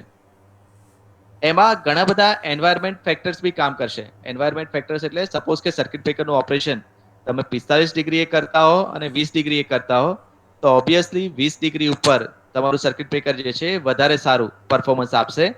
કારણ કે જો ઓઇલ સર્કિટ બ્રેકર છે તો એ 45 ડિગ્રીએ રાખેલું ઓઇલ જે છે એની ડાઇલેક્ટ્રિક સ્ટ્રેન્થ 20 ડિગ્રીએ રાખેલા ઓઇલ કરતા હંમેશા ઓછી હશે. બીજું, મેઝરમેન્ટની એક્યુરેસી, મેઝરમેન્ટ કેટલા એક્યુરેટ થાય છે, આ બધા મેઝરમેન્ટ જે ડિવાઇસ હશે એને પોતાને ડીસી સપ્લાય આપવામાં આવે. આ ડીસી સપ્લાય સપોઝ કે મેં 10 વોલ્ટનો આપ્યો છે, તો ઘણીવાર એ જે છે 9.8 થઈ જશે, ઘણીવાર 10.2 થઈ જશે. એટલે એ વેરિએશન બી જે છે એના ઉપરથી આની એક્યુરેસી ઉપર ઇફેક્ટ પડશે, અને એ એક્યુરેસીમાં જો ચેન્જ આવશે તો મારો કેલ્ક્યુલેટિંગ જે સિંક્રોનાઇઝ રિલે હતો એ ચેન્જ થઈ જશે. એટલે આ બી એક મહત્વનું ફેક્ટર છે. અને સૌથી મહત્વનું ફેક્ટર છે એનો ડાઉન ટાઈમ. જેમ કે આપણને બધાને અત્યારે કહી દેવામાં આવે કે બધા વિદ્યાર્થીઓને હવે કંઈ ભણવાની જરૂર નથી અને બધાને 60% માર્ક્સ આપી દેવામાં આવશે અથવા તો 80% માર્ક્સ આપી દેવામાં આવશે, તો બધા મોટાભાગના એગ્રી થઈ જશે કે હા વાંધો નહીં, ચાલશે. એનું એક કારણ છે કે દરેક હ્યુમનની એવી ટેન્ડન્સી છે કે લો રેઝિસ્ટન્સ પાથને પ્રિફર કરે. એ જ પ્રમાણે સર્કિટ બ્રેકર જે છે એને પોતાને પણ આઈડિયલ ટાઈમ ગમે છે. એટલે સર્કિટ બ્રેકર સપોઝ કે 50 મિલીસેકન્ડમાં ઓપરેટ થતું હતું, કંપનીએ આપ્યું, પણ પછી 3 થી 5 વર્ષ સુધી એ સર્કિટ બ્રેકર ક્યારેય ઓપરેશનમાં આવ્યું જ નહીં. પછી જ્યારે તમે એને ઓપરેટ કરવા જશો ત્યારે શું થશે કે ઘણીવાર એ 51 મિલીસેકન્ડ લેશે, ઘણીવાર કદાચ એવું બી બને કે 49 મિલીસેકન્ડ લે. હવે આ વખતે તમે already synchronise delay time calculate કરી નાખ્યો હોય અને તમારું સર્કિટ બ્રેકર જો અલગ અલગ ટાઈમ લે, તે આખું કેલ્ક્યુલેશન ખોટું પડે. એ વસ્તુ એવોઇડ કરવા માટે તમારે આગળના 2-3 જે ઓપરેશન થયેલા હોય એના ઓપનિંગ ક્લોઝિંગ ટાઈમનું રેકોર્ડર એક રાખવું પડે છે, અને એ રેકોર્ડર ઉપરથી તમે એક્ઝેક્ટ પ્રેડિક્ટ કરી શકો છો કે આ વખતે સર્કિટ બ્રેકર જે છે 50 મિલીસેકન્ડ લેશે, 51 મિલીસેકન્ડ લેશે કે 49.5. અને એ વસ્તુનું રેકોર્ડિંગ જે છે એ એનું ઇનબિલ્ટ ફીચર છે. એ થયા પછી એને જે છે એ કંટ્રોલ ક્લોઝિંગ કમાન્ડ આપવામાં આવે છે. આ આખી ફિનોરીમાં જે થઈ એ જ વસ્તુ કંટ્રોલ ઓપનિંગ માટે બી ડિવાઈડ કરવામાં આવે છે. આ સમજ્યા પછી જો આપણે આ વસ્તુ સમજીએ કે કંટ્રોલ ક્લોઝિંગ થાય છે કઈ રીતે, તો સપોઝ કે રેન્ડમ ક્લોઝિંગ કમાન્ડ TR, અહીંયા સ્મોલ ટી છે ને એ એક્ઝેક્ટ ઇન્સ્ટન્ટ બતાવે છે, જ્યારે કેપિટલ ટી જે છે ને એ ટાઈમ ડ્યુરેશન બતાવે છે. ટાઈમ ડ્યુરેશન મતલબ અહીંયાથી અહીંયા સુધીનો જે ટાઈમ હશે ને એ કેપિટલ ડી દ્વારા બતાવાશે. જ્યારે એક્ઝેક્ટ ઇન્સ્ટન્ટ હશે કે આ ઇન્સ્ટન્ટે આવું થયું, એને સ્મોલ ટી વડે બતાવ્યું છે. તો સ્મોલ ટી એક એવી ઇન્સ્ટન્ટ છે કે જ્યારે ક્લોઝિંગ ઓપરેશન આપવાનું કોઈ એક સર્કિટ બ્રેકરને કહેવામાં આવ્યું, અને એ જે છે રેન્ડમલી કહેવામાં આવ્યું. હવે સર્કિટ બ્રેકરની અંદર જે કંટ્રોલિંગ ડિવાઇસ હશે, કંટ્રોલ સ્વિચિંગ ડિવાઇસ, એ એને કંટ્રોલ ક્લોઝિંગ કમાન્ડમાં રિવર્ટ કરશે. એટલે સૌથી પહેલા એ જે છે એ ટાઈમ ડિલે એમાં નાખશે. હવે ટાઈમ ડિલે કેટલો? તો ટાઈમ ડિલે જે છે એક તો એનો મેં તમને કીધું એમ કે મિકેનિકલ ઓપરેટિંગ ટાઈમ, અને બીજું એ કન્સિડર કરશે કે મારું સર્કિટ બ્રેકર જ્યારે ક્લોઝ થાય ઇલેક્ટ્રિકલી ત્યારે એ વોલ્ટેજ જે છે એ 0 હોવો જોઈએ. તો એ સર્કિટ બ્રેકરને જો અહીંયાથી જ ઓપરેટ કરવાનું ચાલુ કરી દેશે અને અહીંયાથી જ એ એનો ટી મિકેનિકલ ગણે તો એ ક્યાંક અહીંયા ક્લોઝ થાય, પણ એ અહીંયા ક્લોઝ ના થાય અને અહીંયા સુધી એક્સટેન્ડ થાય એ માટે એ ટાઈમ ડિલે ઓપરેટ કરશે, અને એ ટાઈમ ડિલે જે છે એને કેપિટલ ટીડી કહેવાય. એ કેપિટલ ટીડી જે છે એ બે વસ્તુ એમાં ઇન્ક્લુડ કરી લેશે. સૌથી પહેલા આ ટાઈમ ડિલેમાં એ વેઇટિંગ ટાઈમ એક લેશે અને એક જે છે લિંગરિંગ ટાઈમ લેશે. વેઇટિંગ ટાઈમમાં એ પાવર સિસ્ટમ, મેં તમને કીધું તેમ પાવર સિસ્ટમના બધા ડેટા અત્યારે જે ચાલી રહી છે પાવર સિસ્ટમ એના ડેટા કલેક્ટ કરશે કે વોલ્ટેજ અત્યારે કેટલા ચાલી રહ્યા છે, વોલ્ટેજનું ઝીરો ક્યારે આવી રહ્યું છે, એમાં કરંટ કેટલો ફ્લો થઈ રહ્યો છે, કેટલા પીયુ નો ફ્લો થઈ રહ્યો છે, એની પેટર્ન કેવી છે, સિમેટ્રિકલ છે, સાઇનોસોઇડલ છે કે કંઈક અલગ એસિમેટ્રિકલ પેટર્ન આવે છે. આ બધું એ જે છે કલેક્ટ કર્યા પછી માઇક્રોપ્રોસેસર ફાસ્ટ હોવાથી એ મોટે ભાગે 4 કિલોહર્ટ્ઝ, આ એક લખી રાખજો કદાચ, કારણ કે ઘણીવાર એબીબીમાં કે સિમેન્સમાં તમે ઇન્ટરવ્યુ આપવા જશો ત્યારે પૂછશે કે સેમ્પલિંગ ફ્રીક્વન્સી જે છે એ કંટ્રોલ સ્વિચિંગ ડિવાઇસની 1 કિલોહર્ટ્ઝ ટુ 4 કિલોહર્ટ્ઝ હોય છે. રિસન્ટલી જે અપગ્રેડ ડિવાઇસ છે PWC 600 એ 4 કિલોહર્ટ્ઝ ઉપર ઓપરેટ થાય છે. 4 કિલોહર્ટ્ઝ મતલબ કે સમજી ગયા કે આપણે 50 કિલોહર્ટ્ઝ કોને કહીએ કે એક સાયકલમાં એ 50 વાર પોતાના સાયકલ કમ્પ્લીટ કરશે. એ પ્રમાણે 4 કિલોહર્ટ્ઝ મતલબ કે તમે સમજી શકો કે એક સેકન્ડમાં એ આટલા બધા રીડિંગ 4 કિલો રીડિંગ્સ જે છે એ લઈ શકશે. તો એક રીડિંગથી બીજા રીડિંગનો જો ટાઈમ તમારે જોઈએ તો દેટ ઇઝ 1 ડિવાઇડ બાય 4000. આટલું બધું ફાસ્ટ પ્રોસેસિંગ એમાં થશે અને એના ઉપરથી એ જજ કરશે કે હવે નેક્સ્ટ વોલ્ટેજ ઝીરો ક્યારે આવે છે. પછી વેઇટિંગ ટાઈમમાં એ ડેટા લીધા પછી એ લિંગરિંગ ટાઈમ આપશે. લિંગરિંગ ટાઈમ કેમ આપશે? કારણ કે મારું સર્કિટ બ્રેકર લાસ્ટ ટાઈમ જે છે એને 50 મિલી સેકન્ડ નહોતી લીધી ક્લોઝ થવા માટે, એણે જે છે થોડીક ઓછી સેકન્ડ લીધી હતી. તો એ લિંગરિંગ ટાઈમ એટલો આપશે કે ટી ક્લોઝ ટાઈમ જે છે એ એવો સેટ થાય કે મારું ઇલેક્ટ્રિકલ ક્લોઝિંગ ઝીરો ઉપર જ થાય. એટલે આ ટાઈમ જે છે એ લિંગરિંગ ટાઈમ એ કેલ્ક્યુલેટ કરશે મારું અંદરનું કંટ્રોલર, અને પછી એ સર્કિટ બ્રેકરને અહીંયાથી કમાન્ડ આપશે કે આ લિંગરિંગ ટાઈમ પછી હવે તું ક્લોઝ થવાનું ચાલુ થા. એટલે આ ઇન્સ્ટન્ટથી સર્કિટ બ્રેકરની ક્લોઝિંગ કોઇલને સપ્લાય મળશે અને એ ક્લોઝિંગ થવાનું ચાલુ થશે. અહીંયા મેં તમને કીધું એમ કે બે જાતના ક્લોઝિંગ થશે. એક જે છે એ ટી મિકેનિકલ અને બીજું જે છે ટી ક્લોઝિંગ. આ મિકેનિકલમાં ઇલેક્ટ્રિકલ ક્લોઝિંગ આ તમારું અહીંયા થઈ ગયું. જ્યારે ઇલેક્ટ્રિકલ ક્લોઝિંગથી પાથ કમ્પ્લીટ થઈ જાય એને સર્કિટ બ્રેકરનો મિકેનિકલ ક્લોઝિંગ ટાઈમ કહેવામાં આવે છે. જ્યારે બે ફિઝિકલી એકબીજાને કોન્ટેક્ટ ટચ થાય એને એનું ક્લોઝિંગ કહેવામાં આવે છે. એટલે સર્કિટ બ્રેકરમાં મિકેનિકલ ક્લોઝિંગ અને એનું ક્લોઝિંગ આ બે અલગ છે. ઘણા બધા સ્ટાન્ડર્ડ રેફરન્સ હવે તમે વાંચશો તો મિકેનિકલ ક્લોઝિંગને હવે ઇલેક્ટ્રિકલ ક્લોઝિંગ કહેવામાં આવે છે અને ક્લોઝિંગ ટાઈમ જે છે એને મિકેનિકલ ક્લોઝિંગ ટાઈમ તરીકે કન્સિડર કરવામાં આવે છે. એટલે ક્યારે બી તમને ઇન્ટરવ્યુમાં પૂછવામાં આવે ત્યારે હંમેશા કહેજો કે જ્યારે સર્કિટ બ્રેકરનું ક્લોઝિંગ ઓપરેશન ચાલતું હોય અને એના કોન્ટેક્ટથી કરંટ ફ્લો થવાનું ચાલુ થાય ત્યાં સુધીનો જે ટાઈમ છે એને એનું ઇલેક્ટ્રિકલ ક્લોઝિંગ કહેવાય. એને ટી મેક વડે નોર્મલી રિપોર્ટ જે લિટરેચર છે એમાં રિપોર્ટેડ છે એ ટર્મ ટી મિકેનિકલ છે. જ્યારે બે મિકેનિકલી કોન્ટેક્ટ એકબીજાને ટચ થાય મતલબ કે મૂવિંગ કોન્ટેક્ટના કોન્ટેક્ટ ફિઝિકલી જ્યારે ફિક્સ કોન્ટેક્ટને ટચ થઈ જાય ત્યારે એને ટી ક્લોઝિંગ કહેવામાં આવે છે. તો અહીંયા જો ટીઈ ઇન્સ્ટન્ટ છે, આ ટીઈ એ ઇન્સ્ટન્ટ છે કે જ્યારે ઝીરો ઉપર જ એ ક્લોઝ થાય છે અને એકવાર બે કોન્ટેક્ટ ક્લોઝ થઈ ગયા તો પછી એના વોલ્ટેજ જે છે ક્યારેય એની વચ્ચે તમને વોલ્ટેજ ના મળે. સપોઝ કે બે વસ્તુ શોર્ટ થઈ ગઈ તો એની પછી તમને એની એક્રોસમાં વોલ્ટેજ ના મળે, એ હંમેશા ઝીરો રહે. એટલે પછી જો મિકેનિકલી એ બધે એકબીજાને અથવા તો ફિઝિકલી કોન્ટેક્ટ એકબીજાને ટચ થશે તો પણ એ લોકો ક્યારેય એકબીજા વચ્ચે વોલ્ટેજ નહીં બતાવે. અને આ જે ટાઈમ છે એને પ્રી આર્કિંગ ટાઈમ કહેવામાં આવે છે. સર્કિટ બ્રેકરની ડિઝાઇનમાં સૌથી મહત્વનો ભાગ જે છે એ આ પ્રી આર્કિંગ ટાઈમ છે. સર્કિટ બ્રેકરની સ્પીડ કેટલી રાખવી એ જે વસ્તુ નક્કી કરે છે એનો પ્રી આર્કિંગ ટાઈમ છે. પ્રી આર્કિંગ ટાઈમ જેટલો ઓછો હોય એટલું સર્કિટ બ્રેકરનું ઓપરેશન સારું. નોર્મલી અત્યારે જે હાઈ વોલ્ટેજ સર્કિટ બ્રેકર મળે છે એમાં આ ટાઈમ જે છે એ 5 થી 8 મિલી સેકન્ડનો હોય છે. એટલે અત્યારે જે સર્કિટ બ્રેકર ડિઝાઇન થઈ રહ્યા છે એમાં 5 થી 8 મિલી સેકન્ડનો પ્રી આર્કિંગ ટાઈમ એમાં રાખવામાં આવે છે, કારણ કે આર્કથી શું થાય કે બહુ મોટું ટેમ્પરેચર જનરેટ થશે અને એને લીધે કોન્ટેક્ટનું પીટિંગ જે છે એ ઘણું વધારે થતું હોય છે. સર્કિટ બ્રેકરની લાઈફમાં તમે વધારેમાં વધારે 7 થી 10 વાર એના કોન્ટેક્ટ જે છે એ બદલી શકતા હો છો. શરૂઆતમાં હંમેશા આર્કિંગ કોન્ટેક્ટ આવશે, પછી એના ફિક્સ કોન્ટેક્ટ આવશે. પણ આર્કિંગ કોન્ટેક્ટ હોવાથી તમે એમ વિચારતા હો કે એના મેઇન કોન્ટેક્ટમાં ફિટિંગ નહીં થાય, તો એવું નથી હોતું.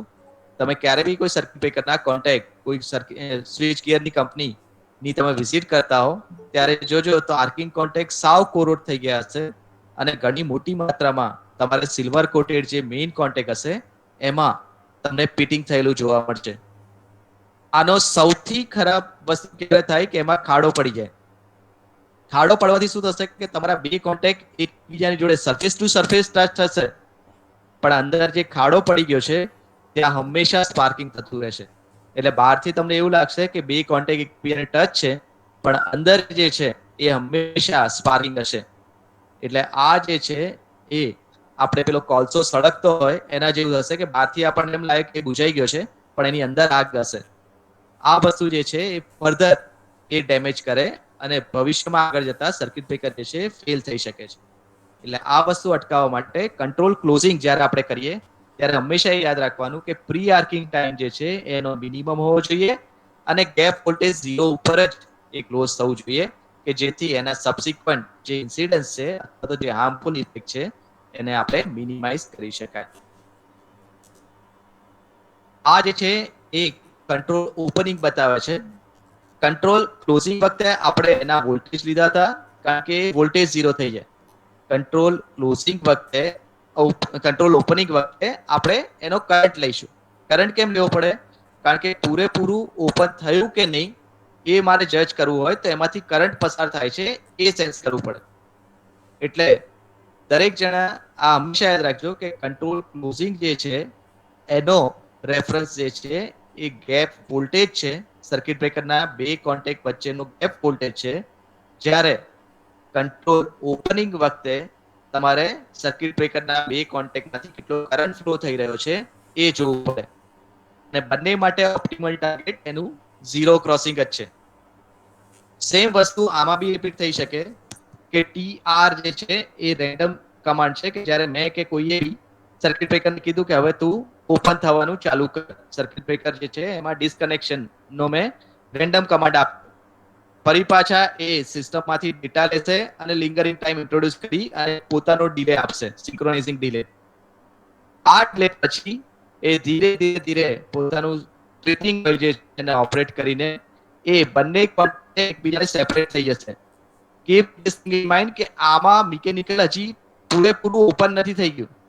આ એ ઇન્સ્ટન્ટ છે કે જ્યારે એમાંથી કરંટ ફ્લો થતો હતો એ 0 થઈ ગયો. મતલબ કે મૂવિંગ કોન્ટેક્ટ જે છે એ ફિક્સ કોન્ટેક્ટ થી એટલો દૂર જતો રહ્યો કે જેને લીધે એની ડાઇલેક્ટ્રિક સ્ટ્રેન્થ વધી જવાથી એની ઇલેક્ટ્રિકલ સર્કિટ બ્રેક થઈ ગઈ. આ ઇલેક્ટ્રિકલ સર્કિટ બ્રેક થવાથી એમાંથી જે કરંટ ફ્લો થતો હતો એ 0 થઈ ગયો. અને આ કરંટ 0 થવાથી આપણને એવું લાગે છે કે સર્કિટ બ્રેકર જે છે ઓપન થઈ ગયું, પણ હકીકતમાં હજી સર્કિટ બ્રેકર જે છે એનું મૂવિંગ કોન્ટેક્ટ પોતાની મેઇન પોઝિશન ઉપર અથવા પોતાની સ્ટેડી પોઝિશન ઉપર પહોંચવાની વાર છે. એટલે ટી સેપરેટ જે છે, સ્મોલ ટી સેપરેટ જે છે એ તમને બતાવે છે કે એ ઇન્સ્ટન્ટ કે જ્યારે સર્કિટ બ્રેકર ઇલેક્ટ્રિકલી ઓપન થઈ ગયું. મિકેનિકલી ઓપન જે છે એ એની 8 કે 10 મિલી સેકન્ડ પછી થશે. વન્સ અગેન TR જે છે આર ડ્યુરેશન છે. આપણને ખબર છે ઘણી વાર ચોમાસામાં એવું થતું હોય છે કે આપણે એકદમ સ્વિચ બંધ કરવા જઈએ ત્યારે જાણે બેની વચ્ચે તણખલો થયો હોય એવું લાગે. તો આ જે છે એ સેમ ટાઈપનો તણખલો છે, પણ આ હાઈ કરંટ હોવાથી એ ઘણો મોટો તણખલો ક્રિએટ થશે. અને આ આર્કિંગ ટાઈમ જે છે એ મિનિમમ મળે આપણને એ રીતે આપણે સર્કિટ બ્રેકર ડિઝાઇન કરવું જોઈએ. હવે આ બેસિક સર ડિસ્કસ કર્યું છે. હા, એમાં કોઈ ક્વેરી હોય તો પૂછો સ્ટુડન્ટ્સ કોઈ બી ને. Sir this is applicable to all type of circuit breaker કે specific circuit breaker ની વાત કરીએ છીએ આપણે? એટલે આ જે ટ્રાયલ છે ને એ એસએફસી સર્કિટ બ્રેકરમાં સક્સેસફુલ છે. સર તમારો અને અવાજ અત્યારે અવાજ અવાજ કપાય છે. આ જે છે અત્યારે હમ. એ EHV અને UHV માં જે SF6 સર્કિટ બ્રેકર વપરાય છે ને ઓકે. 220 kV થી ઉપર હમ. ત્યાં સક્સેસફુલી ઇન્સ્ટોલ થઈ ગયા છે. બરાબર. અત્યારે વેક્યુમ માં રિઝલ્ટ બહુ સારા મળ્યા છે, પણ ઓઇલ સર્કિટ બ્રેકર અને એર બ્લાસ્ટ આ બેમાં જોઈએ એવા રિઝલ્ટ નથી મળતા. એટલે અત્યારે SF6 ઉપર સક્સેસફુલી ઇમ્પ્લિમેન્ટ થઈ ગયું છે કે જ્યાં UHV અને EHV માટે યુઝ થાય છે. ઓકે. મોરલેસ વેક્યુમ સર્કિટ બ્રેકરમાં ઇન્ટ્રોડ્યુસ થઈ ગયું છે. એ લોકો હા. હવે સર્કિટ બ્રેકર જે વેચે છે વેક્યુમ સર્કિટ બ્રેકર હા. એ CSD સાથે જ આપે છે. પણ ઓકે. જ્યાં એર બ્લાસ્ટ અથવા તો ઓઇલ સર્કિટ બ્રેકર વપરાય છે MOCB હોય કે ત્યાં હજી સક્સેસફુલ નથી. Okay sir. Okay. Okay sir. Anyone else? હા, કોઈ સ્ટુડન્ટને ક્વેશ્ચન હોય તો અત્યારે પૂછી લેજો. ઓકે, પૂછી લો, કારણ કે સપોઝ કે તમને ઓપોર્ચ્યુનિટી મળે છે ABB માં આ ઇન્ટરવ્યુ માટેની કે આ છે તે છે, અને તમે કહેશો કે કંટ્રોલ સ્વિચિંગ હું જાણું છું અને આટલી મને ખબર છે, તો એ ખરેખર એપ્રિશિએટ કરશે. કારણ કે એમાં જે બેસે છે એક્સપર્ટ, એક બે જણાને હું ઓળખું છું, તે લોકો ખાલી કંટ્રોલ સ્વિચિંગ કે સિંક્રોનાઇઝ સ્વિચિંગ નું નામ સાંભળે છે ને તો એ લોકોને એવું થાય છે કે ચલો એકેડેમિક્સમાં એટલું તો એકેડેમિક્સ આગળ આવી ગયું કે લોકો આ જાણે છે. અને હવે પછી કદાચ એવું બી થશે કે તમારા સિલેબસમાં આ કંટ્રોલ સ્વિચિંગ ને આ બધું જે છે એ કદાચ આવી પણ જશે, કારણ કે આ સ્વિચ ગિયરમાં ભણવું જ પડશે. એના વગર ચાલશે નહીં. કે હવે પછી જે સર્કિટ બ્રેકર વેચાઈ રહ્યા છે એમાં આ ફીચર્સ કમ્પલસરી આપે છે લોકો, કારણ કે એનાથી એની લાઈફ જે છે એ 3 ગણી વધી જાય છે. અને કોસ્ટિંગ એનું જે છે, સપોઝ કે અત્યારે 400 kV નું સર્કિટ બ્રેકર લેવા જવું તો એ મને કંપની વાઇઝ જોવા જવું તો બહુ મોટી, એટલે 50 લાખ થી માંડીને 75 લાખ સુધી મળે. એમાં જો હું 3 લાખનું એક એપરેટસ એડ કરું અને એની લાઈફ જે મને મળતી હોય 15 વર્ષ, એનાથી એ જે છે 27 વર્ષ કે 28 વર્ષ મળવા લાગે, ડબલ કે એનાથી ઉપર, તો એ 3 લાખ જે છે વર્થ છે. અને એટલા માટે EHV અને UHV લાઇન, મતલબ કે એક્સ્ટ્રા હાઈ વોલ્ટેજ અને અલ્ટ્રા હાઈ વોલ્ટેજ લાઇનમાં અત્યારે દરેક કંપની જે પોતાનું સર્કિટ બ્રેકર આપે છે એ એક એડિશનલ એપરેટસ તમને આપે જ છે. ઇટ ઇઝ જો કંપની વાઇઝ પ્રમાણે બદલાય છે. ABB કે હિટાચી હશે તો એને કંટ્રોલ સ્વિચિંગ ડિવાઇસ કહે છે, જ્યારે એ સિમેન્સ હશે તેને સિંક્રોનાઇઝ સ્વિચિંગ કહે છે. બંને વસ્તુ સેમ જ છે. હા, બંને વસ્તુ સેમ છે. એક Hello. વસ્તુ ઓફર કરે છે, પણ પેટર્ન અલગ અલગ નામે છે. Hello. હલો, હા બોલો બોલો. Hello. હવે સર આપણે જે આ મિકેનિકલ સર્કિટ બ્રેકરની જે વાત કરી, તો હા એની જગ્યાએ આપણે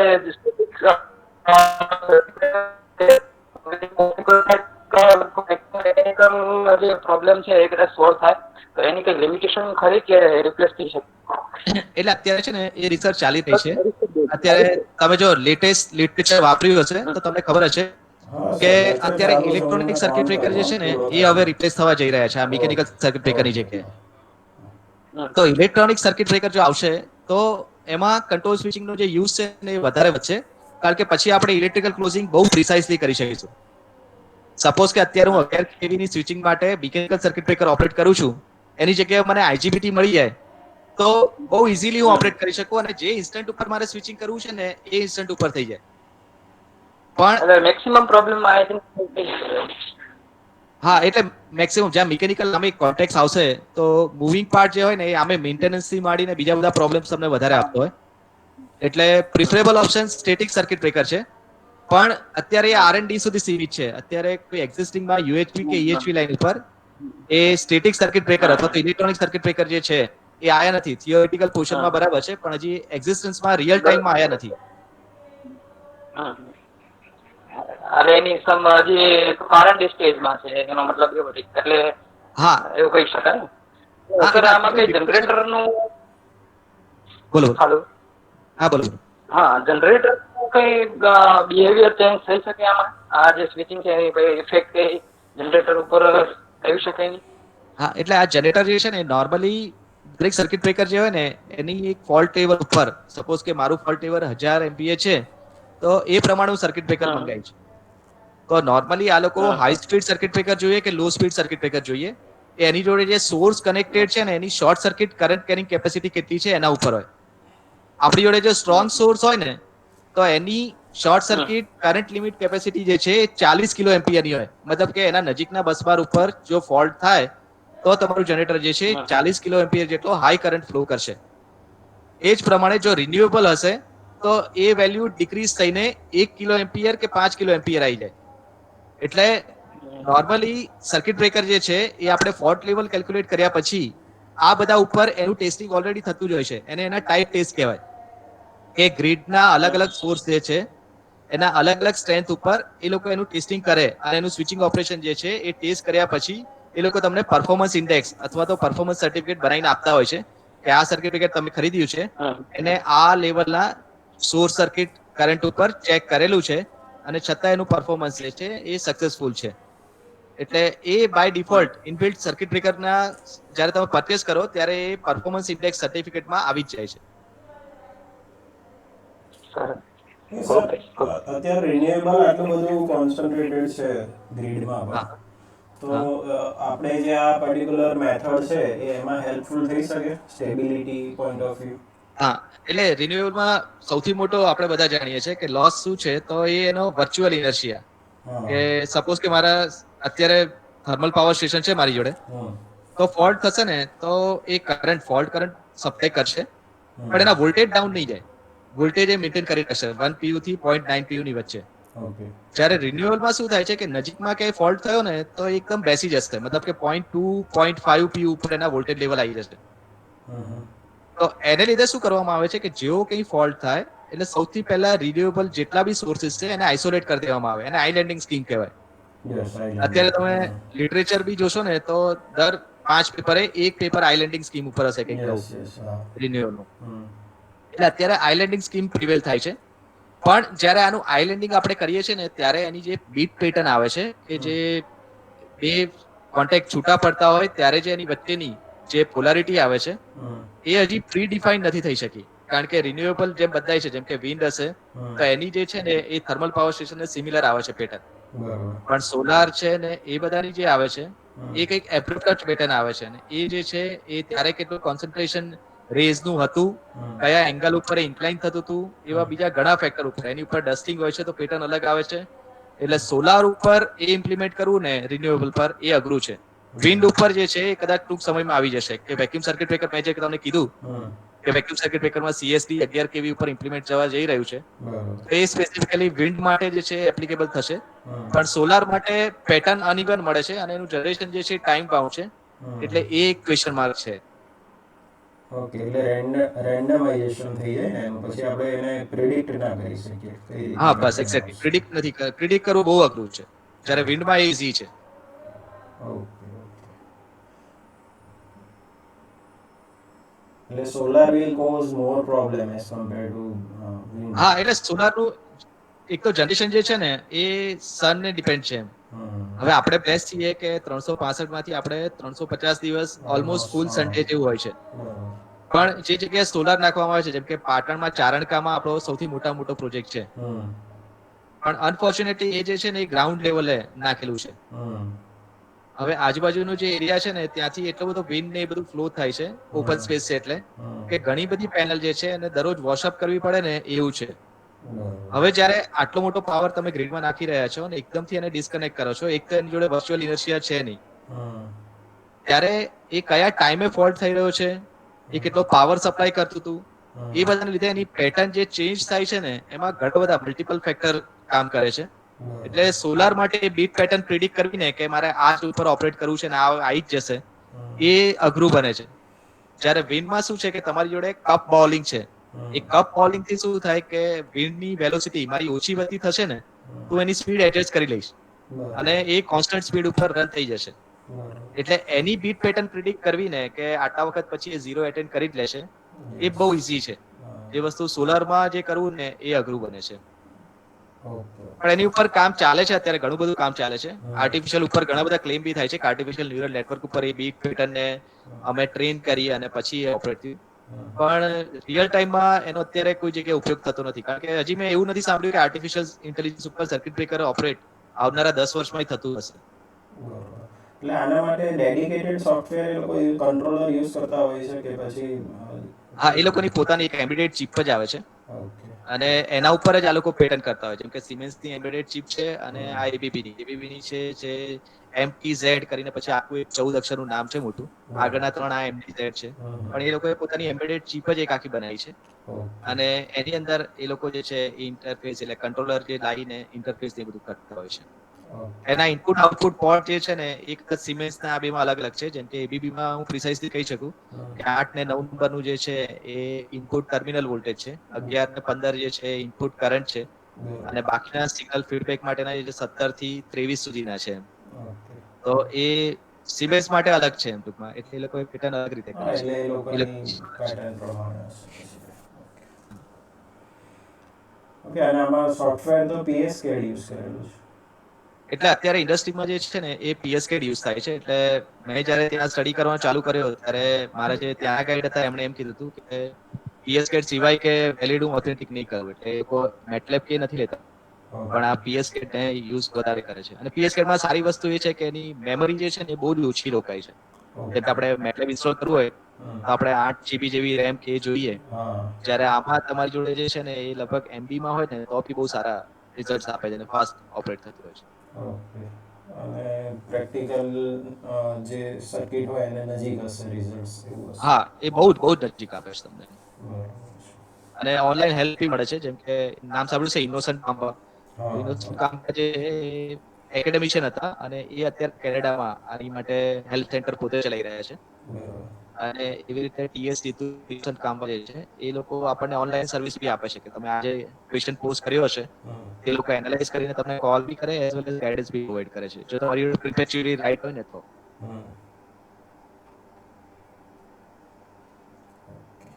okay sir.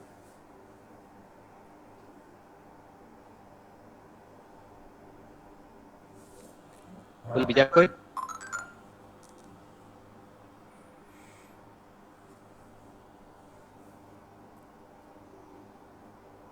Okay sir. Okay. હા, હવે સપોઝ કે આનું કંઈ થાય ને તો આપણે એવું કરીશું કે ફરીવાર એવું સેશન કંઈક થતું હશે તો આનું કરીશું, એમાં ટ્રાન્સમિશન લાઈનનું એક્સક્લુઝિવલી સેશન લઈ લઈશું. કારણ કે આમાં એવું છે કે કંટ્રોલ સ્વિચિંગની જે નીડ છે એ સિમેન્સમાં ને એ બેમાં બહુ જ છે અને અવેરનેસ બહુ જ ઓછી છે. બરાબર. એટલે કાલે મારી ઉર્વિલ પારીખ સાહેબ જે ત્યાં મને ગાઈડ કરતા હતા ABB ના, એમને પોતે આ કીધું ને તો બી એમણે એ પોતે બહુ ખુશ થયા અને એ કે આવું થતું હોય તો મારું બી કંઈક એવું હોય ને તો ગોઠવીએ, પણ એ સન્ડે સિવાય ફ્રી નથી હોતા. ઓકે. એટલે એવું હશે તો આપણે એક વેબિનાર કે એવું ગોઠવી દઈશું સન્ડેના દિવસે.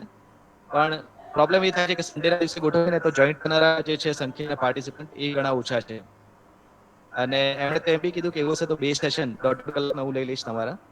અને એ જે છે સર્કિટ બ્રેકર વ્યવસ્થિત સમજાવીશું અને પછી એમને કંટ્રોલ સ્વિચિંગ સમજાવીશું.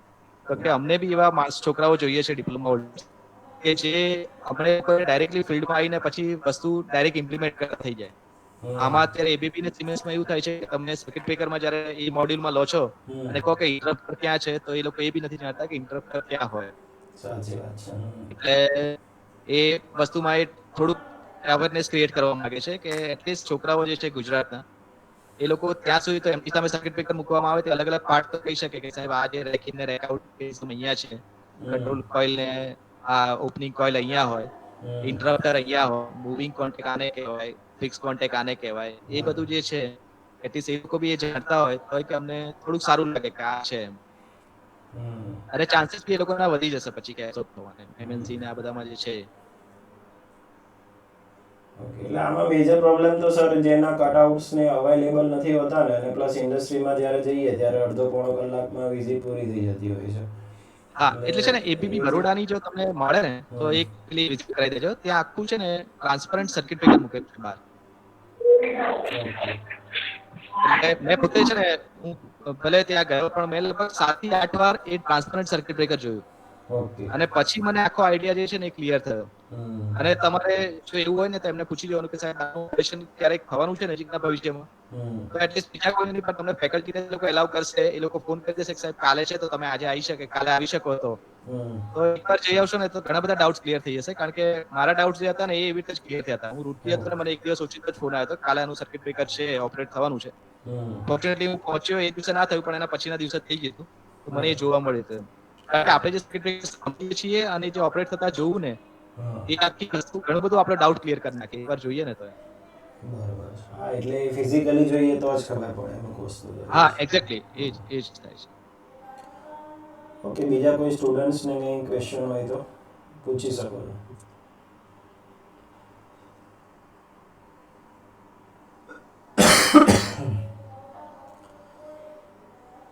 Hello sir.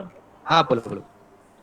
સર આપણે જે કીધું કે આપણે ઓલ બ્રેકર જે ઓલ સર્કિટ બ્રેકર જેવું તેમાં અને એર પ્લસ સર્કિટ બ્રેકર આ બંનેનો યુઝ જે ફિનોમિના છે તે આ બંને સર્કિટ બ્રેકરમાં યુઝ નથી થતો. હા તો તેનું કોઈ કારણ ખરું કે તે કેમ યુઝ નહીં થતો સર? એટલે વખત છે ને મેં તમને કીધું ને કે સર્કિટ બ્રેકર જ્યારે ઓપરેટ કરવામાં આવે ને ત્યારે એનું ડાઇલેક્ટ્રિક જે છે ને એ સૌથી અગત્યનો ભાગ ભજવે. હવે ઓઇલ સર્કિટ બ્રેકરમાં જ્યારે કોન્ટેક્ટ મૂવ થતું હોય ને ત્યારે આપણે ઓઇલ સર્કિટ બ્રેકર ધીરે ધીરે સર્વિસમાંથી કેમ નીકળી ગયા? કારણ કે સર્કિટ બ્રેકરમાં જ્યારે મૂવિંગ કોન્ટેક્ટ મૂવ થતો હશે ને બકા ત્યારે ઓઇલમાં ડીપ થયેલો હશે.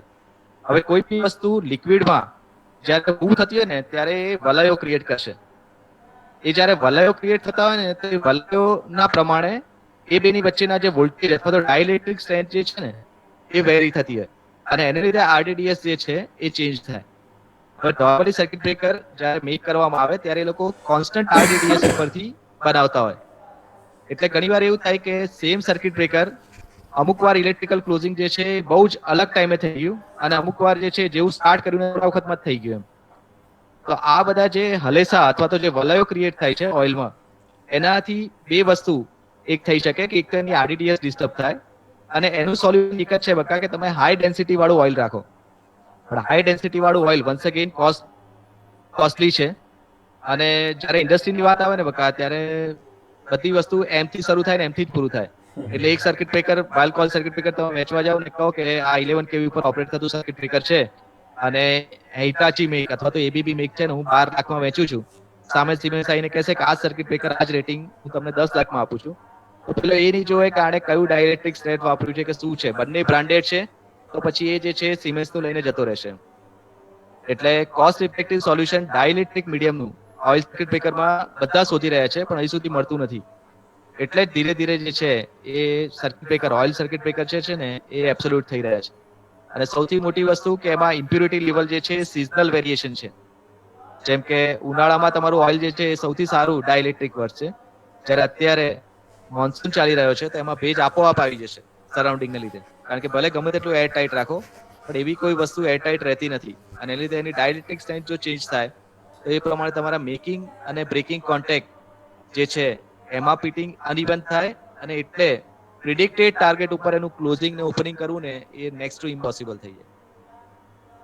સેમ વસ્તુ એર બ્લાસ્ટ અને એર બ્રેક સર્કિટ બ્રેકરમાં બી એ જ થશે કારણ કે એ જે છે એ એટમોસ્ફિયર ડિપેન્ડન્ટ છે કે જે પ્રમાણે હશે એ પ્રમાણે એમાં એર ફ્લો થશે. જો સપોઝ કે એમાં એકદમ પેલી એર ફ્લો થઈ કે જેમાં મોઇસ્ચર છે તો એનું ઇલેક્ટ્રિકલ ક્લોઝિંગ ને ઓપનિંગ જે છે એ ધાર્યા કરતા ઘણું ફાસ્ટ થઈ જશે. જ્યારે એકદમ સૂકી હવા હશે તો એ પોતાની રીતે જે ગ્રેજ્યુઅલી થવું જોઈએ એ થશે. એટલે અમુક કંટ્રોલ્સ એવા છે કે જે આપણા હાથમાં નથી અને એને લીધે આને ઇમ્પ્લિમેન્ટ કરવું કારણ કે આમાં બકા 1 મિલિસેકન્ડ ને 2 મિલિસેકન્ડ એટલે બહુ જ માઇનોર ટાઈમ કહેવાય. મિલિસેકન્ડમાં જ્યારે આપણે વિચારતા હોઈએ ત્યારે કારણ કે 5 મિલિસેકન્ડમાં તો 0 થી એ પીક સુધી પહોંચી જશે અને કદાચ 2.5 મિલિસેકન્ડમાં તો એ 45 ડિગ્રી આવી જશે. એટલે મિલિસેકન્ડમાં જ્યારે વાત કરતા હોઈએ ત્યારે આ બધા ફેક્ટર્સ જે છે બહુ જ ક્રુશિયલ છે અને એટલે જ કદાચ એવું થાય છે કે આપણે લો વોલ્ટેજ માટે હજી સુધી સીએસટી જે છે યુઝ કરતા નથી થયા. Anyhow good question very good. કે સર આ લોકો જનરલી બુક્સ જે યુઝ કરતા હોય લોકલ પબ્લિકેશન્સની બધી હોય છે. એસજીપીમાં તો કદાચ એસ રાવ યુઝ કરતા હશે. તમે કોઈ સજેસ્ટ કરી શકો સારી બુક સ્વિચ ગિયર પ્રોટેક્શન માટે? સ્વિચ ગેર પ્રોટેક્શન માટે એટલે એસ રાવ જે છે ને એ બુક સપોઝ કે હું જ્યારે બી કર્યો ત્યારે મેં વાંચી હતી અને એ સારી બુક છે. આ સ્વિચ ગિયર પ્રોટેક્શન માટે જો તમારે થોરોલી આનું રિલેઝ ને સ્વિચ ગિયરનું થોરોલી બધું સમજવું હોય ને તો એક તો આ ભાલજા સાહેબની એટલે જે મારા ગાઈડ છે એમની બુક છે અને બીજી એક ઓઝા સાહેબની બુક છે. ઓઝા સરની હા ટાટા મેગ્રો હિલમાં ઓઝા સાહેબની બુક છે અને બંનેના કન્ટેન્ટ જે છે તો કદાચ એવું કહીશ કે મને બી થોડુંક પેલું એ લાગે છે પણ ઓઝા સાહેબની બુક જે છે ને એ ડાયજેસ્ટ કરવી વધારે ઈઝી છે. ઓકે. ટાટા મેગ્રો હિલમાં હમણાં જ રિસન્ટલી પબ્લિશ થઈ છે કદાચ 2000 ને 15નું જ પબ્લિકેશન છે, 12 કે 15નું જ પબ્લિકેશન છે. ઓકે. પણ ટાટા મેક્રોવેલની બહુ સારી બુક છે અને ઉઝા સાહેબે બનાવી છે. અને અત્યારે ફાધર ઓફ સ્વિચ ગિયર આપણે જો કહેવું હોય સ્વિચ ગિયર એન્ડ પ્રોટેક્શન, હમ. તો આપણે ગુજરાતમાં ગંગા શરૂ કરનાર ઉઝા સાહેબ જ છે. એનાથી બરોબર. બેસ્ટ તો કોઈ નહીં. હા. સાહેબ એને પાવર પ્લાન્ટ ની અંદર 6-7 મહિના બુક બનાવવા માટે એને સ્પેન્ડ કરેલ હતો ત્યાં વણાકબોરી. અચ્છા. એટલે એટલે ત્યાં અમારા ડીઈ છે ને, હું ત્યાં હતો વણાકબોરીમાં, તો બરાબર. અમારા પટેલ સાહેબ છે એની જોડે પહેલા સાઈડમાં ઘણો ટાઈમથી નોકરી કરે, તો એ વાત કરતા કે ઓઝા સાહેબ પોતે બુક લખવા માટે એમ એકચ્યુઅલમાં પ્રેક્ટિકલ જોઈને પછી એને આખી સર્કિટ ને બધું ડિઝાઇન કરેલું છે. એટલે ઘણું બધું એને રિયલ પેલામાં જઈને ફિલ્ડમાં જઈને કરેલું છે. એટલે હા, બહુ એટલે સરસ બુક છે. તમે જે કીધી હા, book એટલે BVM માં જે ભણ્યા હશે ને એ લોકો એવું કહે છે કે એ અમને આખું પેલું એલ્યુમિની પ્રિન્ટ લઈને જ ભણાવતા ના, હતા ના, ખરેખર પૂરી જોડી.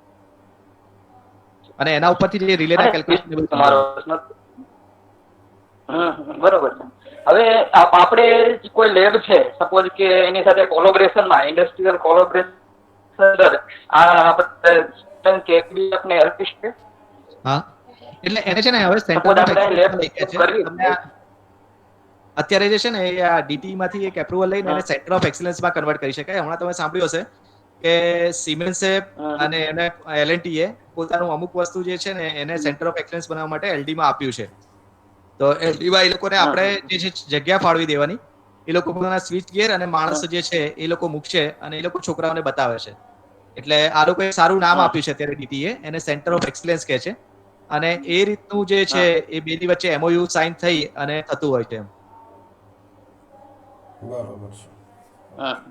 તેથી ગેપ જે રહે છે એકચ્યુઅલ ઇન્ડસ્ટ્રી અને સ્ટડીમાં બહુ મોટો ગેપ રહી જાય છે. ખરેખર બુક નું જે વાત છે હા, એટલે બુકમાં એટલું બધું સાચી વાત છે. ના, વાત મોબાઈલ સાચી. જેવું બુકમાં આપણે હજી બલ્ક ઓન એટલે શું છે સર્કિટ એને બ્રેકર ને એ જ પડીએ છે, જ્યારે અહીંયા કંટ્રોલ સ્વિચિંગ આવી ગયું. વાત સાચી છે. એ બહુ મોટો ગેપ છે. વાત સાચી. એ ઓછો કરી શકાય જો આવું કઈ સેન્ટર ઓફ ફીલ્ડમાં એક્સેલન્સ આવે ને. કારણ કે હું ત્યાં જેઈમાં હતો ને વણાકબોરી, તો હા, આઈઆઈટી રામના છોકરા આવેલા, પણ ઇવન એની પાસે આપણે એક્સપેક્ટ નથી. બરાબર. એમની આપણે ક્યાં પાસે તો કઈ ના કહેવાય ને. એટલે હા, હા, વાત સાચી.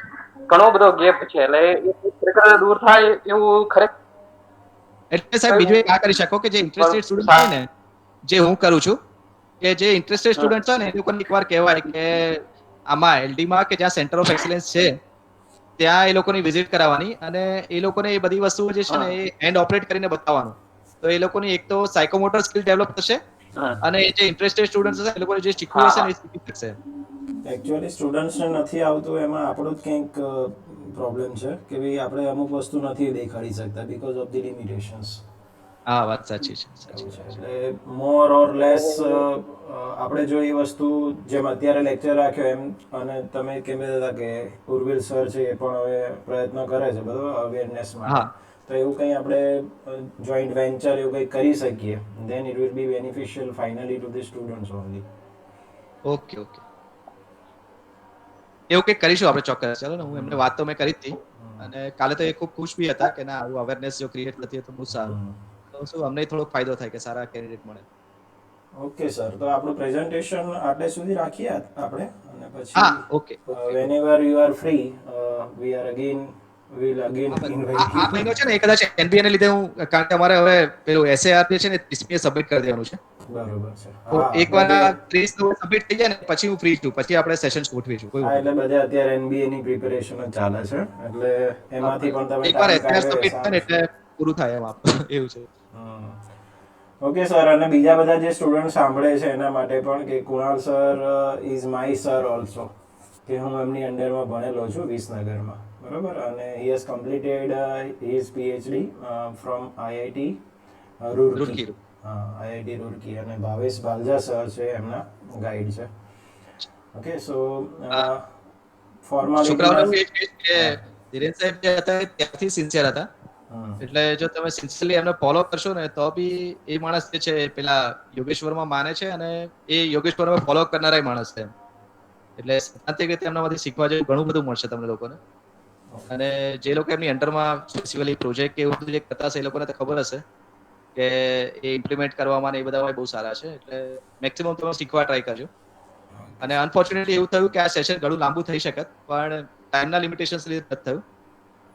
એકવાર આપણે ફરી પાછું મળીશું અને હા આ સર, સેશન આપણે હજી નેક્સ્ટ સેમિસ્ટરમાં રાખીશું એક પર્ટિક્યુલર સેશન, મે બી હાફ ડે જેવું હોય ને, હાફ ડે હા સેમિનાર બસ જેવું. 4.5 કલાકનું રાખી દઈશું ચોક્કસ. હા એવું કંઈક થાય ને તો ચોક્કસ. ઓકે. થેન્ક યુ સર કે તમે તમારું જે NBA નું અત્યારે કામ ચાલુ છે એમાંથી પણ તમે ટાઈમ કાઢ્યો વિથ ઓનલી વન ઇન્વિટેશન.